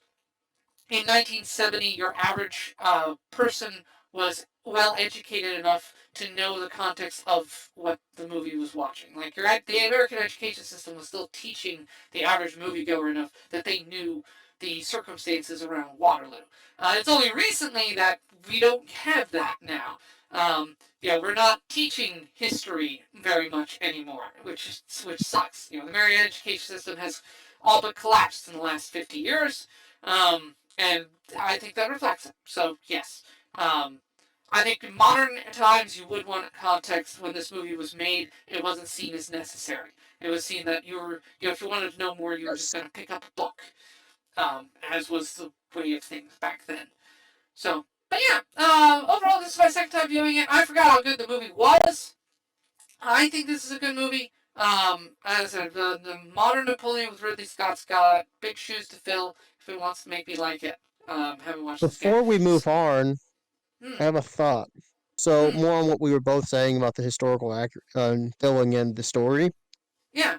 The way I see it, when you're filming a historical movie or writing a historical book, do it in a way that if an alien, like from another planet, were to come and look at it, would understand what's happening. You can do it brief by doing short flashbacks and sorry, distracted. Anyway, you can do it in short flashbacks, like just showing a quick progression of time. They could have done that in like 20 seconds, showing just how bad it was with King Louis's rule. But instead, they just show him going to Elba, and then the next scene was one of the generals of the king surrendering to Napoleon and becoming another one of his. Why? Yeah. Like if I were from another planet and I would have watched that movie, like, why is this guy surrender? What is going on here? I'd be so confused. Yeah. Yeah. Understandably so. What No, kind of that's. thought I'm seeing is like, why? Okay, so you surrender to this guy just because he showed up. Sorry, Yeah, touch that's back, please. Sorry, say again, yeah. Sage? So if and a counterpoint is like, so a guy left 20 years, came back, and then the general of the king surrendered. First off, I'm just like, what did this guy do to scare the other guy to give up? Right? Again, Hmm. everyone knows of him going to war. Is like that means like he's competent enough to get respect or fear from other generals. You know what I'm Mm-hmm. saying? That's also a possibility. That's my thought process. You don't know the person, so you're just thinking that he could be dangerous or competent enough worth respect. Either or. Yeah. But I do Uh. understand the confusion. Like Yeah. no context, no historical context about prior um, Napoleon's escapades in his war and his political campaigns. Yeah. Gives us the viewer like, okay, so they told him to quit and he came back and they put him back into office. Like, okay, is that all? So I do Yeah. get it. You need some background setup for the rest of the movie. Because again, this is just Bonaparte is losing a war, left, came back into work. First or after the 20 years he lost. Doesn't tell me that he was great. He just told me that he was in power, he lost it, got it back, and he lost royally. Mm-hmm. Yeah. No, And that's not I really agree. doing him justice for what he did in campaign. Yeah. I am inclined to agree on that. Yeah. I think the main focus was clearly the battle, and they did it beautifully. It's just the surrounding bits. And the sequence of like the emotional torment Napoleon goes through during the highs and lows and the eventual loss were very well portrayed. But yeah, the build up to it, they could have added maybe 5 more minutes on that, and that would have I think helped out. Um, but again, I think they were just assuming that you already know this, you already know that bit. Well, yeah, these days not so much. Back then, probably yeah. But yeah, I was I gonna think that's a say fair this. suggestion. Hmm.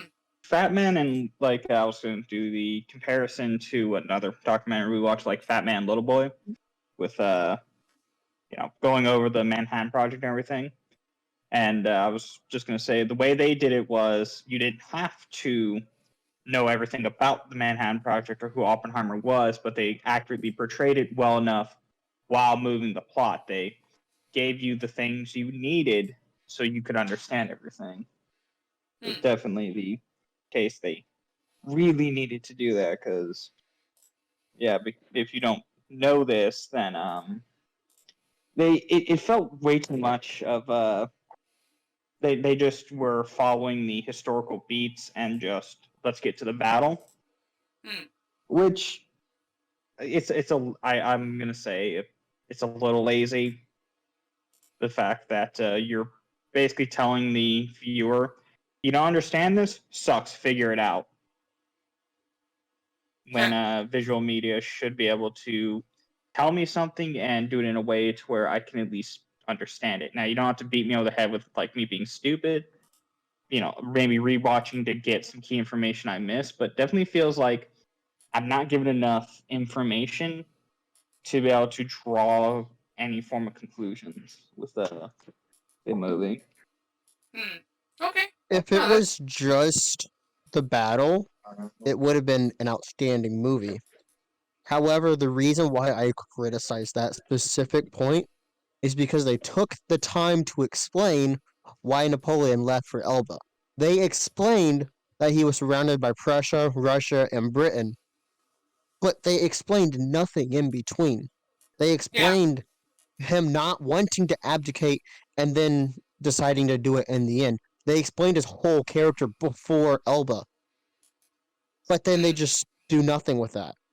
It's like they set it up to do nothing with it. Okay. No, that's fair. Again, it they kind of didn't feels really like highlight everything his out. victory. Yeah, I was gonna say it feels like everything they did outside of the battle was just them being like, "Well, we got to make filler, so let's look at some historical stuff and just throw it in there until we get to the battle." It feels like all of everything went into the battle, and then they were like, "This isn't long enough for the movie we want. Fuck, let's get some filler." Again, we started at Napoleon losing, leaving, came back, people got happy. Go to another fight, he lost. Doesn't really, again, show like he was that general in the battlefield. He's just like he's just some fat old guy that people knew, and he was there because it was either him or the guy that's starving his country. So, not great option, but between the two, the one at least would feed us. And but it's definitely the case. Like even watching that scene, because I couldn't understand things I didn't understand what was wrong with King Louis's rule. They did not do a good job portraying that under King Louis's rule that the country, is starving. Because they didn't show like any of the people looking hungry around him or anything like that. It just did not do a good job showing Napoleon's motivation to want to keep, fighting outside of the times I guess, did they in the movie directly say, well, the people are starving under his rule or something like that, or anything alluding to that? No, they just implied, like, heavy implication that things sucked under Louis, hence why the military joined Napoleon. But yeah, no, they didn't explicitly state how bad things were. Which I agree is a problem. It would have improved the stakes, I think. They didn't have to like tell us, well, it's really bad for him, but they didn't show anything. Yeah, exactly. They could for a have just movie like shown this, us I things would have devolving. expected show don't tell. Yeah, they could have just shown us montages of like people like peasants starving in the street and things like that. That would have been fine. It's like like Napoleon goes off to Elba, then we get like a little montage showing like the peasants, things falling apart. Oh, grain shipments are in, blah blah blah, stuff like that. Meanwhile, Louis XIII is high on the hog, being all fat, and then then Napoleon decides, all right, I'm coming back. I heard your cries, everyone. I'm back. Boom, that makes sense. Yeah, I agree. I think they could have done a little more in the beginning. At the very least, because one thing they did really well there with Ney, Ney gets shouted at for not chasing Wellington, and then during the fight he chases after Wellington but screws up. So he commits the error. He commits a mistake twice, but in the opposite way. But one foretells the other, and that's really good filmmaking. And yeah, they didn't do something similar here. Like maybe have try to tie in something from Napoleon's past before he went off to Elba, tie that into why he maybe messed up at Waterloo. That could have been, I think, a good bookend to the film. So yeah, no, I agree. There's probably something there you could have found, even if they had to make it up. It's definitely the case. Like I said, all of the meat seems to be like at the battle. Yes, and definitely. Not all of the events leading up, but it's definitely like when they're going to the battlefield and when they're on the battlefield, that's where all the meat is. Yeah. While everything else is just kind of dry bone. Okay. And it Yeah, shows. yeah, there you go. Alright, I think that's pretty good. I think we're good on this. Let's see. So unless anyone has any final thoughts on there, I don't have too much to add. Let's see. If you're watching this on YouTube, hey, check me out live. I stream Tuesdays, and I'm going to be moving to weekends, so Saturday and Sunday. We record this on Saturday. Join the chat. Give us, give us something to respond to. Many thanks to Nabda and others who are in the chat, watching along with us. My next stream here later today, will hopefully be Pal World. I need to get my C drive going. I am trying to find the mechanics I need to get that ready. Or I don't know where I put a particular thing to give myself access to it, but I'll get there. I'll get there. It's fine. It's fine. Let's see. But yeah, Pal World was gifted to me by Navda, so woohoo! I'm gonna play that. I already got confirmation. A couple of other streamers who I like are playing it, so we'll probably do like some group stuff on there. It won't necessarily take the place of Minecraft, but it's a lot of fun. I mean, everything I see at Pal World is it's so good. It's so good. So all right. So look forward to that, and yeah. I think that's about it. Do any of you have anything to shill at all? Like, are you doing any streaming, Aurora? Not till I get my commissioned art. That should be expected first week of February if you guys want to check me out on my channel. Awesome. Also, towards the end of this month, I am setting up my YouTube, which means I can finally upload my first lore stream. Awesome. But I gotta figure out how to edit that. Yeah, when I upload the VOD on this YouTube, I will tag your channel. Just make sure you post your YouTube link for me so I can tag you properly. Alright, awesome. Diesel, do you have anything to shill? I got nothing to shill, but I was gonna say before you just immediately started into your other stuff when you asked if there was anything we wanted to add. I was gonna say sorry. Yeah, the movie could have definitely improved in rating for me if there were some monster or eldritch babes. Definitely could have improved on that aspect. Definitely missing some of that appeal. Yes, noted. I do believe the history of Waterloo does not include that, so, I mean, points to historical accuracy, I suppose. But yes, let it be known that bending historical accuracy is fine with Diesel if it includes monster babes. Right, yes. Exactly. Look, you gotta have some sex appeal, alright? Right, okay. You can take liberties. They showed us a bathtub. Yeah, they showed us Napoleon slowly getting undressed. Like, they showed us him laying on a map, and they showed no socks, like, and they showed that bathtub scene. It was almost steamy, but not quite there. Yeah, exactly. Yeah. Should be noted, so Tuesday, Diesel and I will be doing Has-Been Hotel. There will be Monster Babes in Has-Been Hotel, because, well, yeah, it's Has-Been Hotel. So the first 4 episodes dropped on Amazon Prime, so we will be tackling those. I believe there's, I think it's, so I guess it's going to drop over the course of 2 weeks, so we're going to have 4 episodes now, and then 4 episodes again later on. But, yeah, Diesel and I will be tackling that with Tanya the Evil sprinkled in there. And we'll probably stream again tomorrow. I don't know what, but we'll do something tomorrow. I don't know. Something. But yeah, I'm looking forward to Pal World and Minecraft. I want to do a little more gaming. Yeah, so this is Dominic Bytes signing out. When next we meet, may your robot body be fully charged! Also, hi, Dominic! Hey, Dominic Bytes. Welcome.